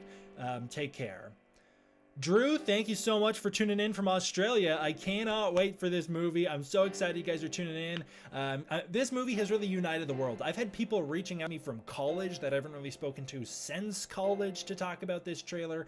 I've had people reaching out to me from like all over the US and my friends in Japan hitting me up about this trailer. It's been very exciting. Yeah, this shot's my favorite in the trailer. This is so cool. I could look at this so freaking long. There's so much that I could just sit there and gush about, like little things. I love the accents of brown in the shoulders here. I love that they've gone with that like oyster quality that they talked about where like he layers himself over and over again. The spines growing so wild and out of control is amazing. You guys know I really like some exaggerated dorsal spines, but I like them to retain the same traditional Godzilla shape, as ironically I'm not as big of a Millennium designed fan. I don't love the spine shape in Millennium. In particular, I think it gets better as it goes on. Like, I'm a huge fan of the Final Wars spines, and I think the 2002-3 design looks pretty solid, but I'm not sold on the initial 99 design. Look at that Godzilla Minus Zero logo. And then we transition to this ending stinger. Is there anything I'm missing here? In my notes here, I've talked about Godzilla's design changing, how much bigger he is, the plane. I guess I could specify what the type of plane is.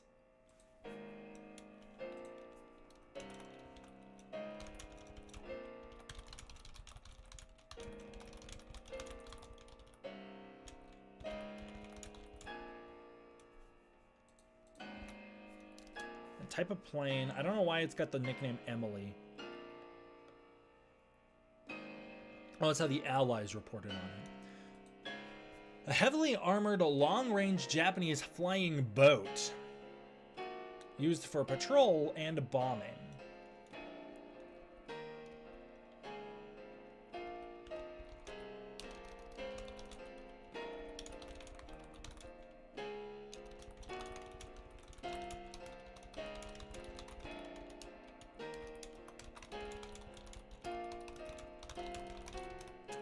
What kind of payload are they going to be dropping on Godzilla if they're a bomber? What kind of payload are they going to drop on him?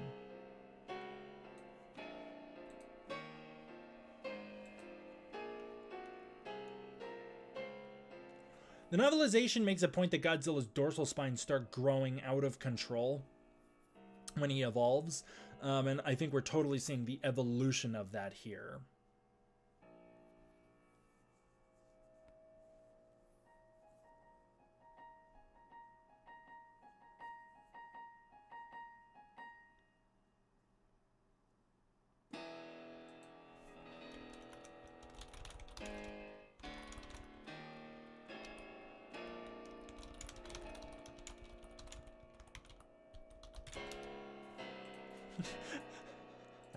Godzilla rampaging in his biggest form ever. Meanwhile, Shikishima's flying the flying plane up above. Get ready, Godzilla. Payload dropped, or as they say in Shin Godzilla, bombs away, laser on. But it's Skeleturtle, and they drop him at the Godzilla.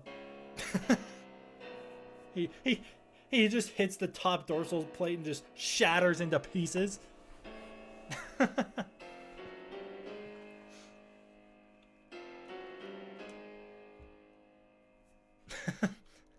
That's Godzilla shattering into pieces, by the way, not the Skeleturtle. Of course it wouldn't. It's too solid of a creature.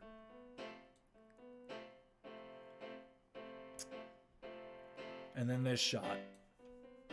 I can't believe this is real. Also, all daytime shots, by the way. Yeah, you are totally right. I'm gonna try and remember how to pronounce her name. We just talked about it. Dieter? Dieter? Dietrich? I can't remember if it's Dieter or Dietrich. Dieter, I think. Yeah, I think it's a Kawashin H8K dubbed the Emily by Allied Forces in the War. They drop Gravity and Garrus. It's like Avengers. It's like that scene in Avengers where he's like, I have a plan. It's actually it'd be better suited like that scene from Captain America Winter Soldier. It's Gravity and Garrus in the back of Shikishima's plane, and he jumps out, and you got Nora standing there like, was he wearing a parachute? And Shikishima being like, no, he was not. You cut to Gravity and Garrus flying down. They play Twilight Zone from Godzilla Kong New Empire as he's flying down through the anti-gravity field, New Empire style.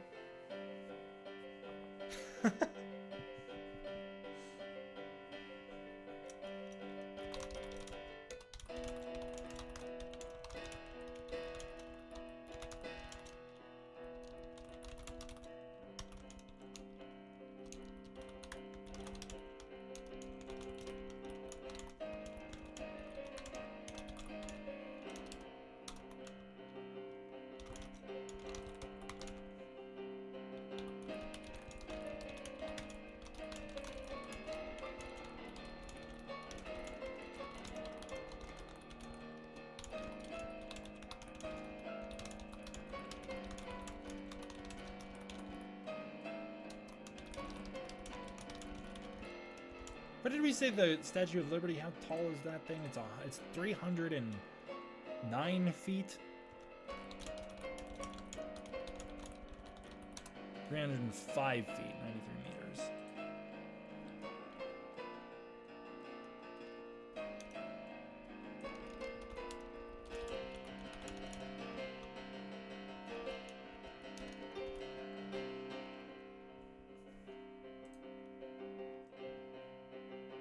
From the ground to the tip of the torch, the statue itself is only 151 feet.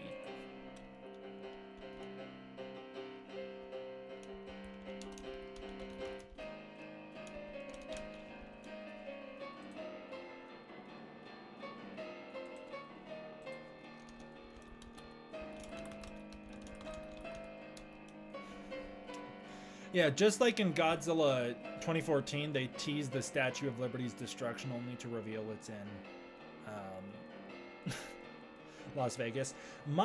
I'm so stupid. When 2014 came out, I never picked up in the trailer that wasn't the big secret. Like, I was so dumb. I saw the Statue of Liberty and I went, that's New York. They're going to do a fight in New York in this new movie. Godzilla's going to New York in the new movie. And then I was confused in the movie when, first of all, the Statue of Liberty never shows up, but secondly, they don't even go to New York. And I brought it up to my dad afterward, and I was like, what the hell? I thought they were going to go to New York and Godzilla was going to do something in New York. I saw the Statue of Liberty in the trailer, and I showed the shot to my dad, and he's like, yeah, that's in Vegas, and that Statue of Liberty is much smaller than the one in New York. Felt like such an idiot. No one told me there was two of them. I saw somebody point out on Twitter today that there's actually a Statue of Liberty, a recreation in Japan, and it's so much smaller. However, it wasn't built until I think the 90s or something like that. Godzilla and Gravity and Gears are actually fighting over a girl, the Statue of Liberty. They don't know she's a statue. They think that she's just like playing hard to get, and she's like not picking which one until they duke it out. They have this whole fight in front of her trying to win her over, only to realize that whenever the victor wins, and by that I mean Gravity and Gears, obviously, he goes up to her and starts trying to hit on her, only to realize she's always been a statue.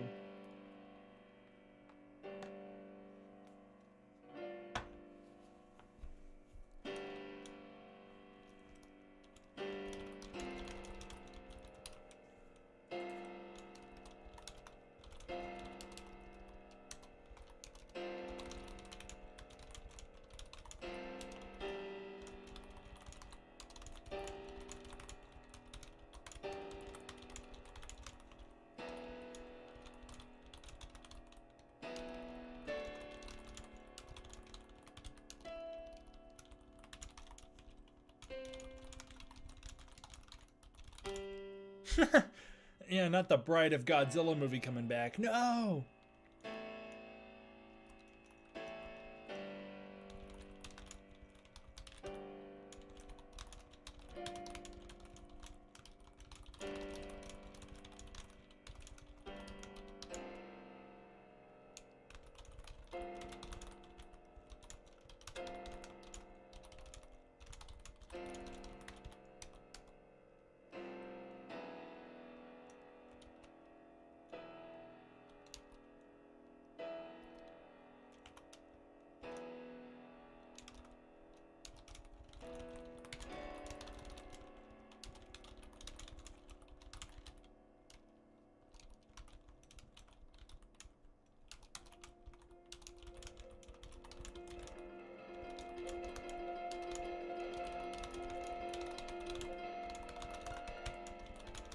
And the Statue of Liberty is just crouching. She's actually just hunched down right here to make Godzilla look bigger. You can't see it, but she's hitting the most incredible lat spread down there.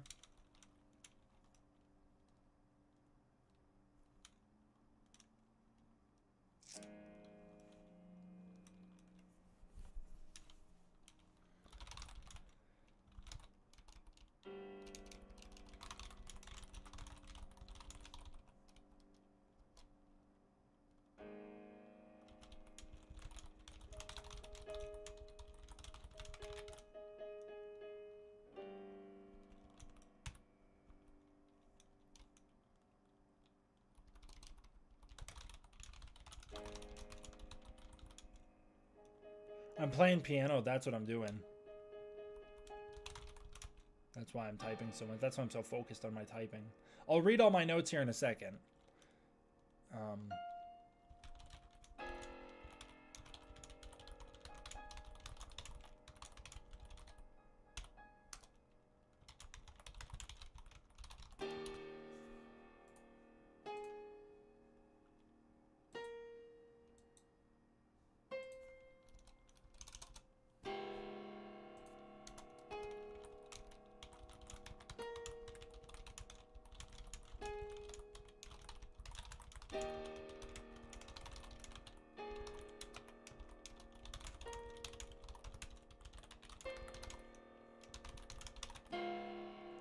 Okay. Here's all my notes on this scene, all right? The ending here, it's obviously Godzilla shows up in New York. He stomps past the Statue of Liberty. I point out, and I'll point this all out in my trailer breakdown. Obviously, I'll format this a little more organized, but this is a great perspective trick where it looks like Godzilla is actually smaller than the Statue of Liberty. Right here, you think he's going to cross in front of it, and then, boop, he crosses behind it. And the further his head goes behind it, the bigger you realize he is, making him seem enormous compared to it. Great perspective trick. Really nice VFX shot right there. Saturn Dusk, thank you so much for the super. I really appreciate that. Predictions for when the full trailer will debut. I think it is absolutely going to follow the -1 marketing strategy. I think it will come out this July. Was it July or June? June or July is when we're going to get that teaser or the full trailer. I think that they are going to fully follow the Godzilla -1 playbook. Aside from, obviously, there's more hype and anticipation now. Other than that, we might even get something at San Diego Comic-Con. 567 feet. Is that what I said last night? I think it is.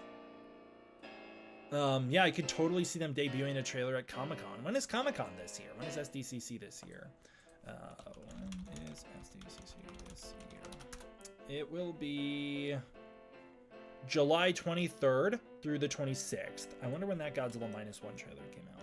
When did the first Godzilla Minus One teaser trailer come out? Let's see if it actually gives me the date. And it doesn't.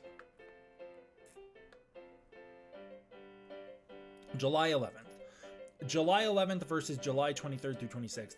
I could totally see them dropping the trailer at Comic-Con. Remember, last year was Toho's first ever year having a Godzilla panel at Comic-Con. Having any panel at Comic-Con. And now, despite the fact that most people chalk that up to a nothing burger because they don't like to acknowledge all the accomplishments made there, as they announced so much cool stuff from comics to figures to merchandise to details about the Shin Godzilla re-release, and yeah, there was a lot going on at Comic-Con. It was more than a nothing burger like people claimed it was, but they dipped their toes into a Comic-Con panel. This year they might have an actual display where they feature the trailer for Godzilla Minus Zero. But yeah, I'm actually betting we're going to get the full trailer in July. I also pointed out in my notes here this great little VFX detail when Godzilla steps. You can see all the dust shake and fall off the statue's arm. What a cool little moment right there. I love that.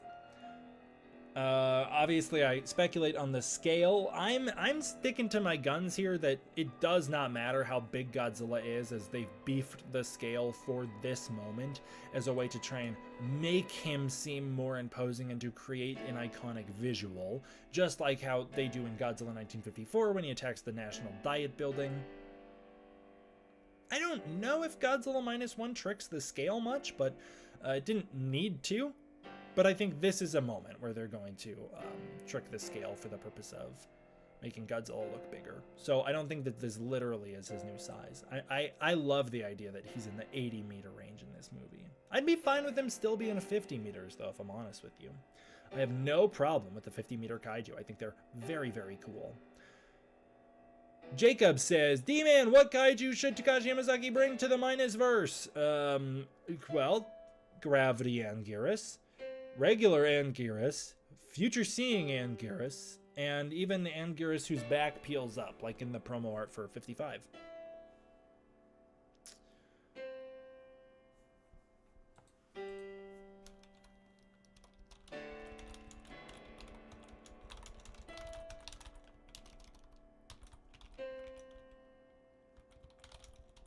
As for what's literally going on in this shot, I think the most likely scenario, just like with King Ghidorah, is the one that everybody doesn't want.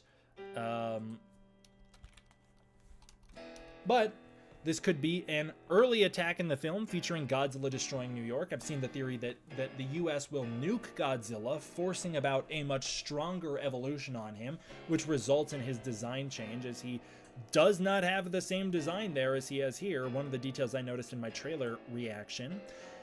This is, of course, the -1 Godzilla design. You can barely see the spine peeking over the neckline here, so I don't think that this is the Great Clash design, but it always could be.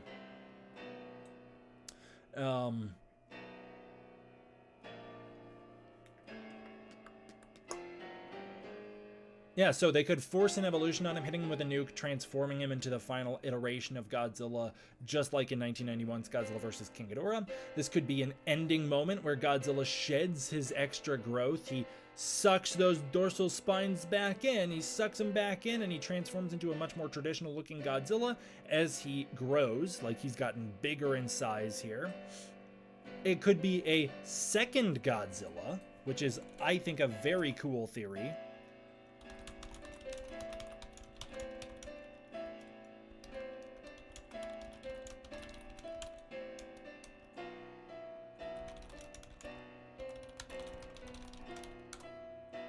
I like the idea that one of them is the one from -1 and the other one is like, so this is the one from -1 regenerated, and this is like the US getting a hold of G cells, and they're really trying to do like, just like my pitch for what I would do in a Godzilla Zero. They they get the G cells and they're like, we got to figure out how to stop Godzilla's regeneration. So they activate them with atomic energy, and it just winds up growing a second Godzilla that's even worse, and they have to fight it. And the two Godzillas have to battle. I think that could be very cool.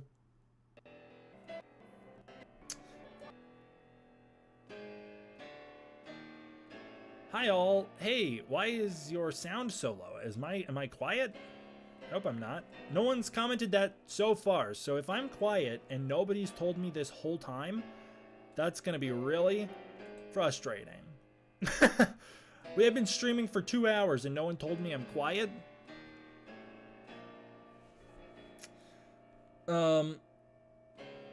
I'd rather have his design be changed by the ending of the previous film. I think Godzilla having a design change being explained by him getting hit by a nuke is kind of overdone.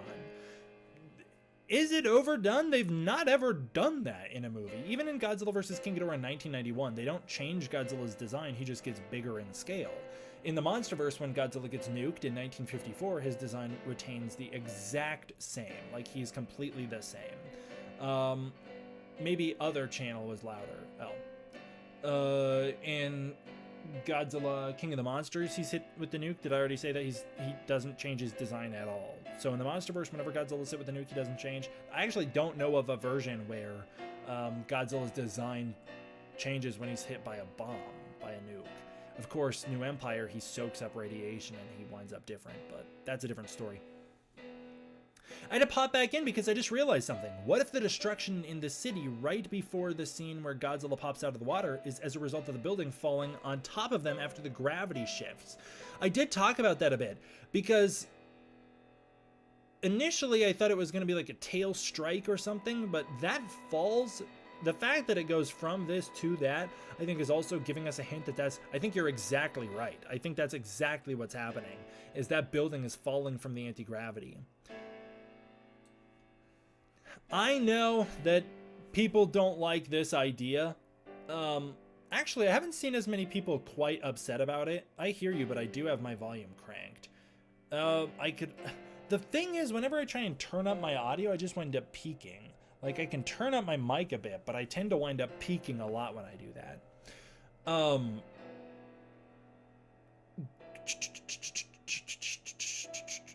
What was I gonna say? Oh, I actually haven't heard as many people complaining about this with the Minus Zero trailer, but man, were people throwing a fit 2 weeks ago over this idea. I think that the most likely scenario is that this is a dream sequence. I think that this is going to be a dream sequence showing what if Godzilla makes landfall in New York. And, you know, I'm fine with that personally. I think it'll be a dream scene, just like, spoiler alert for Monarch Legacy of Monsters, the dream sequence in that show where Godzilla attacks. I think that both are going to be used to motivate characters. I don't know who said it, but I haven't seen it yet. The Collider interview, supposedly, somebody in the chat earlier said that in the Collider interview, Takashi Yamazaki says the New York sequence is rather short. So, yeah, I think that it being a dream sequence makes the most amount of sense, which would also be why he's the -1 Godzilla design, as that's the Godzilla that the world would be familiar with. There's probably photos of him out there, so I think the -1 design is the most likely, and I think it'll probably be the dream of like a US soldier or like Douglas MacArthur will have a dream of what if Godzilla lands in New York, which could even motivate the whole decision in the first place.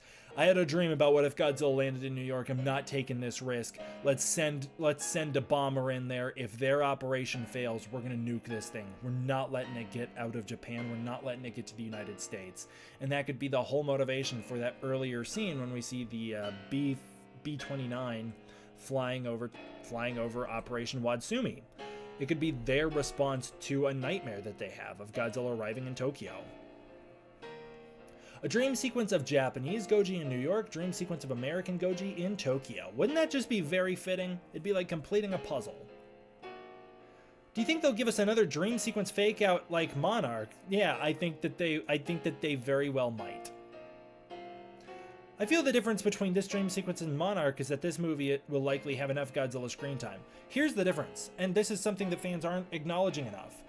Monarch Legacy of Monsters is a television show, first of all. It's on a television budget, so it cannot have as much VFX. Now, technically speaking, Minus One's kind of proven that wrong, but that's actually because a lot to do with the fact that Japanese labor laws are different. They don't pay their workers as much, and they overcrank them on hours. There's many documentations about this. Toho is one of the best paying studios in Japan, but even people who work for Toho speak about the fact that they don't actually make a livable wage. So just putting that out there. I was actually told to stop bringing that up, though, because I was told it was upsetting people.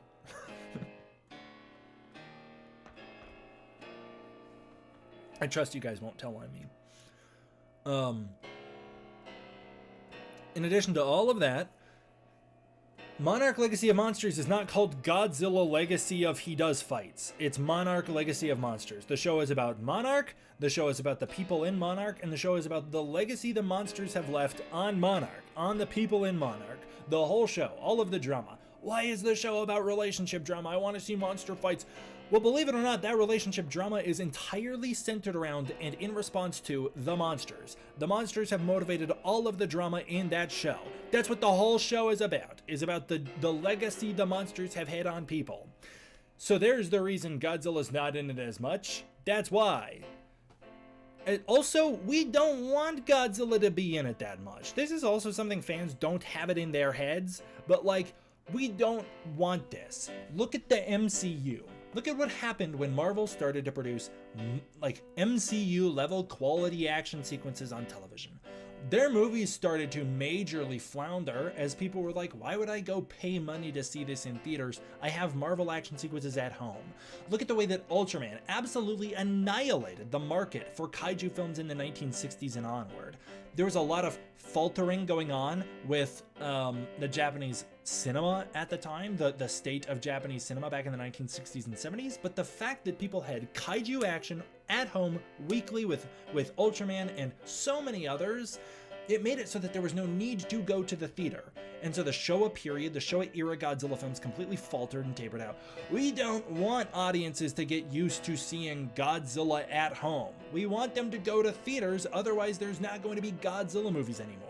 Monarch Legacy of Monsters being a show that features Godzilla while telling a more human-driven story is the perfect scenario to not burn audiences out on Godzilla, to not burn us out on the potential for Godzilla movies, and to not give audiences like, we can get Godzilla at home, while still getting them satisfied with Godzilla. You goobers also complain about, not you guys in the chat, but you people who complain about Godzilla Minus One, or Godzilla Minus One, Monarch Legacy of Monsters, you goobers who complain about Godzilla's screen time are also like, I really want Legendary to make a Rodan solo movie. They're never gonna make a Legendary solo movie of Rodan if you can't even sit through a movie or show that has Godzilla in it but does not feature him prominently. It doesn't star him, but it features him, I guess. If you can't even sit through something that features Godzilla but does not star him, why would they ever waste their time making a big budget movie that doesn't even have Godzilla? Every time a kaiju film comes out in the United States that doesn't have Godzilla and Kong, everybody lets it flop, whether it's Colossal, Pacific Rim Uprising, Rampage, or many others. People let them flop. Man, people even let Godzilla King of the Monsters flop. So why would they take the risk? They're giving us an opportunity to have a show with Godzilla that's not completely about him, and people are rejecting it. That's my big crash out.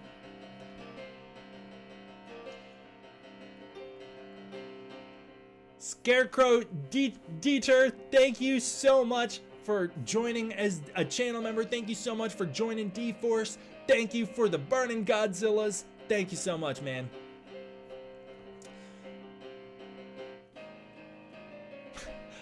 I lost a lot of viewers during that little rant. I guess you guys didn't find that entertaining.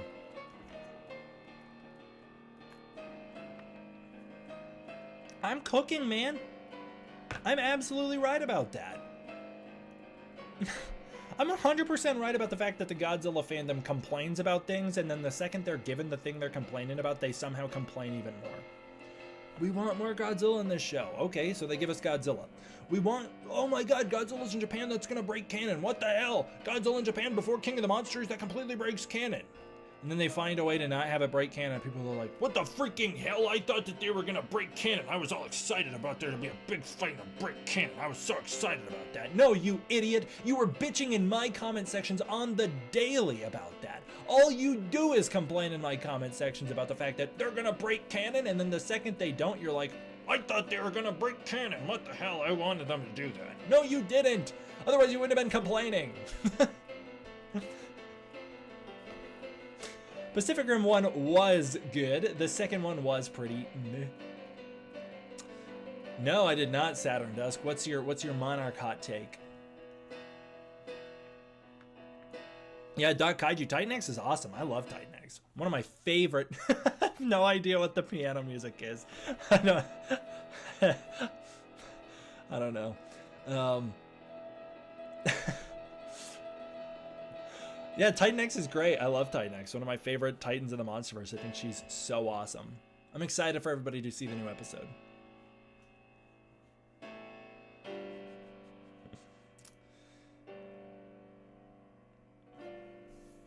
Okay. I saw some people talking about sound design. I haven't talked about sound design in this trailer breakdown yet because I've got the trailer muted for now because of copyright. So I'll check out the sound design and take minimal notes on the sound design, I'm sure, after we wrap up here on this live stream. But I saw some people talking about it. Like, I saw some people mentioning, did I hear the animalistic sound Godzilla makes? Is it after he erupts from the water here? I just want to know for things to note to look out for when I actually end the stream here. I'm going to give a listen to the sound and take some notes on that. So if you have any sound notes for the trailer, I'd love to hear your thoughts on that. I love that everybody just doesn't acknowledge Pacific Rim Uprising. I don't think it's that terrible, but it definitely is not as good as Pacific Rim 1. Also, nobody talks about Pacific Rim the Black. Nobody out there talks about the Black. The Black gets talked about as much as the Pacific Rim comics, like Pacific Rim Aftermath. Nobody's talking about Pacific Rim the Black, specifically Season 2. Did anybody even see Season 2? I was so excited to review Season 1 of Pacific Rim the Black, and I posted one review of it, and it tanked so hard, and I got so many comments of people being like, you better not milk Pacific Rim the Black. And so I was like, I'm not reviewing it. I was very excited to review it, but I recorded reviews of every single Pacific Rim the Black episode, but after getting like so little interest about reviewing it, I was like, all right, I'm not gonna do it. Okay, you can hear Ghidorah sounds in the gravity field. I'm just gonna mark wherever. They're saying we can hear Ghidorah sounds right here. I'll mark that.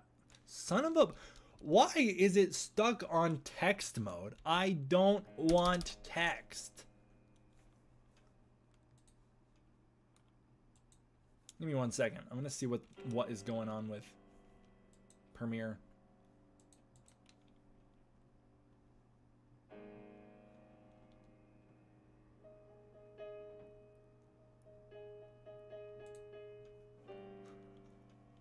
It's stuck in text mode. Oh, there we go. Okay. Right here. We're saying you can hear Ghidorah.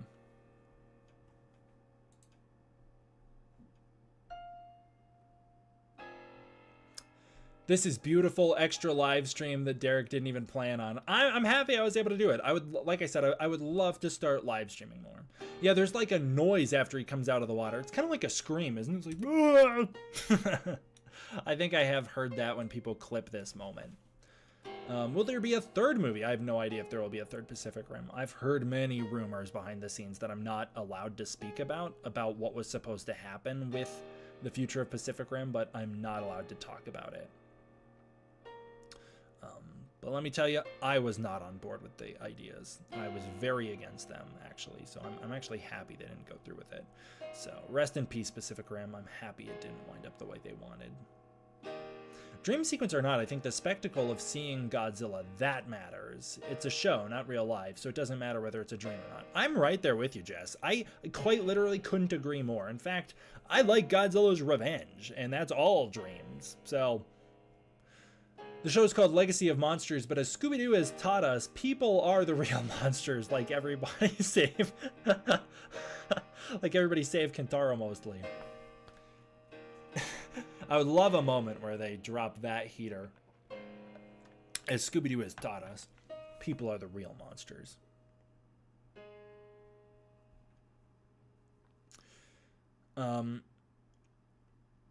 Maybe it's like the sound after MonsterVerse Godzilla roars, that rumble sound. I love that rumble sound. I would love for them to use it more.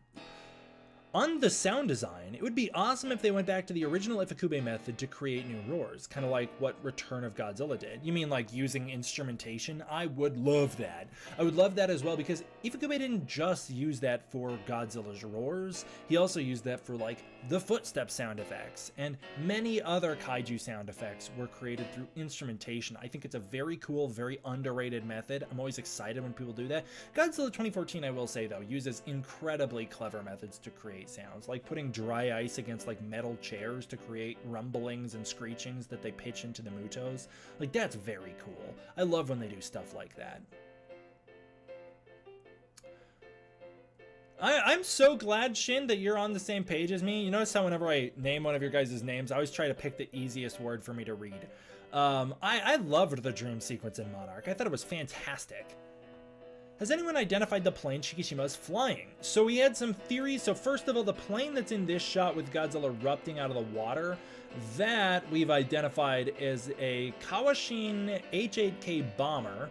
The plane Shikishima is flying earlier, we have identified as being either a P-51 Mustang or more likely a Douglas 80 Skyrider. All right, does anybody else have any theories on the sound notes? Does anybody have any sound notes for this trailer? And then if not, I'm gonna wrap it up here. It's pretty late and I gotta get to bed. What if there is no dream sequence? Well then, if there is no dream sequence and this is happening for real, I like the theory that this is earlier in the movie and Godzilla shows up and the Americans hold true to their word in other Godzilla movies, because they don't make this promise in -1, but they hold true to their word from Shin Godzilla. If Godzilla showed up in New York, they would nuke him there as well. And they hit him with the bomb, and it goes absolutely wrong. I did forget to take this note earlier. Where was I talking about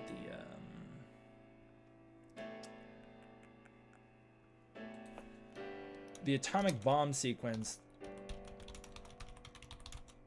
Yeah, the violins, cellos, harps, it would be great. Just the Ghidorah note. Do you think Godzilla and Kong will see each other in Monarch Season 2? I don't think so. I don't know that, though, but I don't think so. Mothra sounds, in my opinion. Where do you hear Mothra sounds? Do you think Godzilla will have the powers of anti-gravity thanks to him fighting Mechagodzilla in the Showa era? Well, I don't think so. I don't think they're pulling in that type of lore here.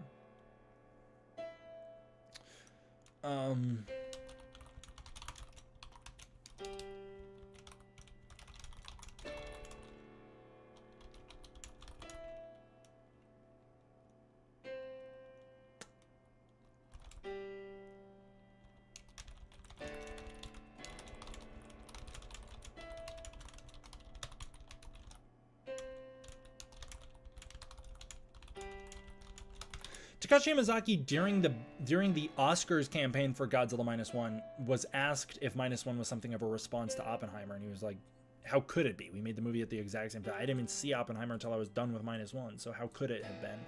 And he said that in the future he would like to respond to the themes of Oppenheimer, and I think that's what this movie could be commenting on. So that's where this plot line with the atomic bomb could come in, is that maybe they really were... maybe there really is going to be like a nuanced exploration of the complicated feelings America had about atomic bombings. The fact that some people were very gung-ho about using them and others viewed them as like truly tragedies. I would be very curious to see them explore those ideas.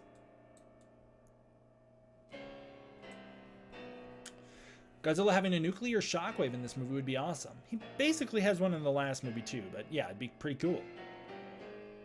All I want is to hear / see Mothra in some capacity. I don't hear or see Mothra in this trailer, but I don't have my hopes high for Mothra, but I think she would be very cool, and I think Takashi Mizaki would kill it with Mothra. All right, I think that we've covered everything we want to cover here. So I think it's a pretty good time to wrap up.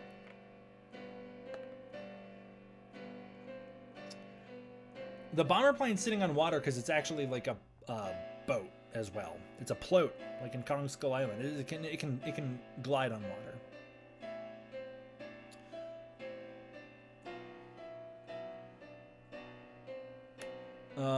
It's crazy if they get. Oh, it would be crazy if they got Cillian Murphy to make a cameo as Oppenheimer. That would blow my mind. I would love that so much. Takashi Yamazaki, when asked if he wanted to work with any American actors, said he would like to work with some of the actors from Oppenheimer, and that would be very, very cool, but he said they'd have to take a huge pay cut. Alrighty, well, it seems 74% of my viewers are smart. The other 26% of you guys, you've got some work to do.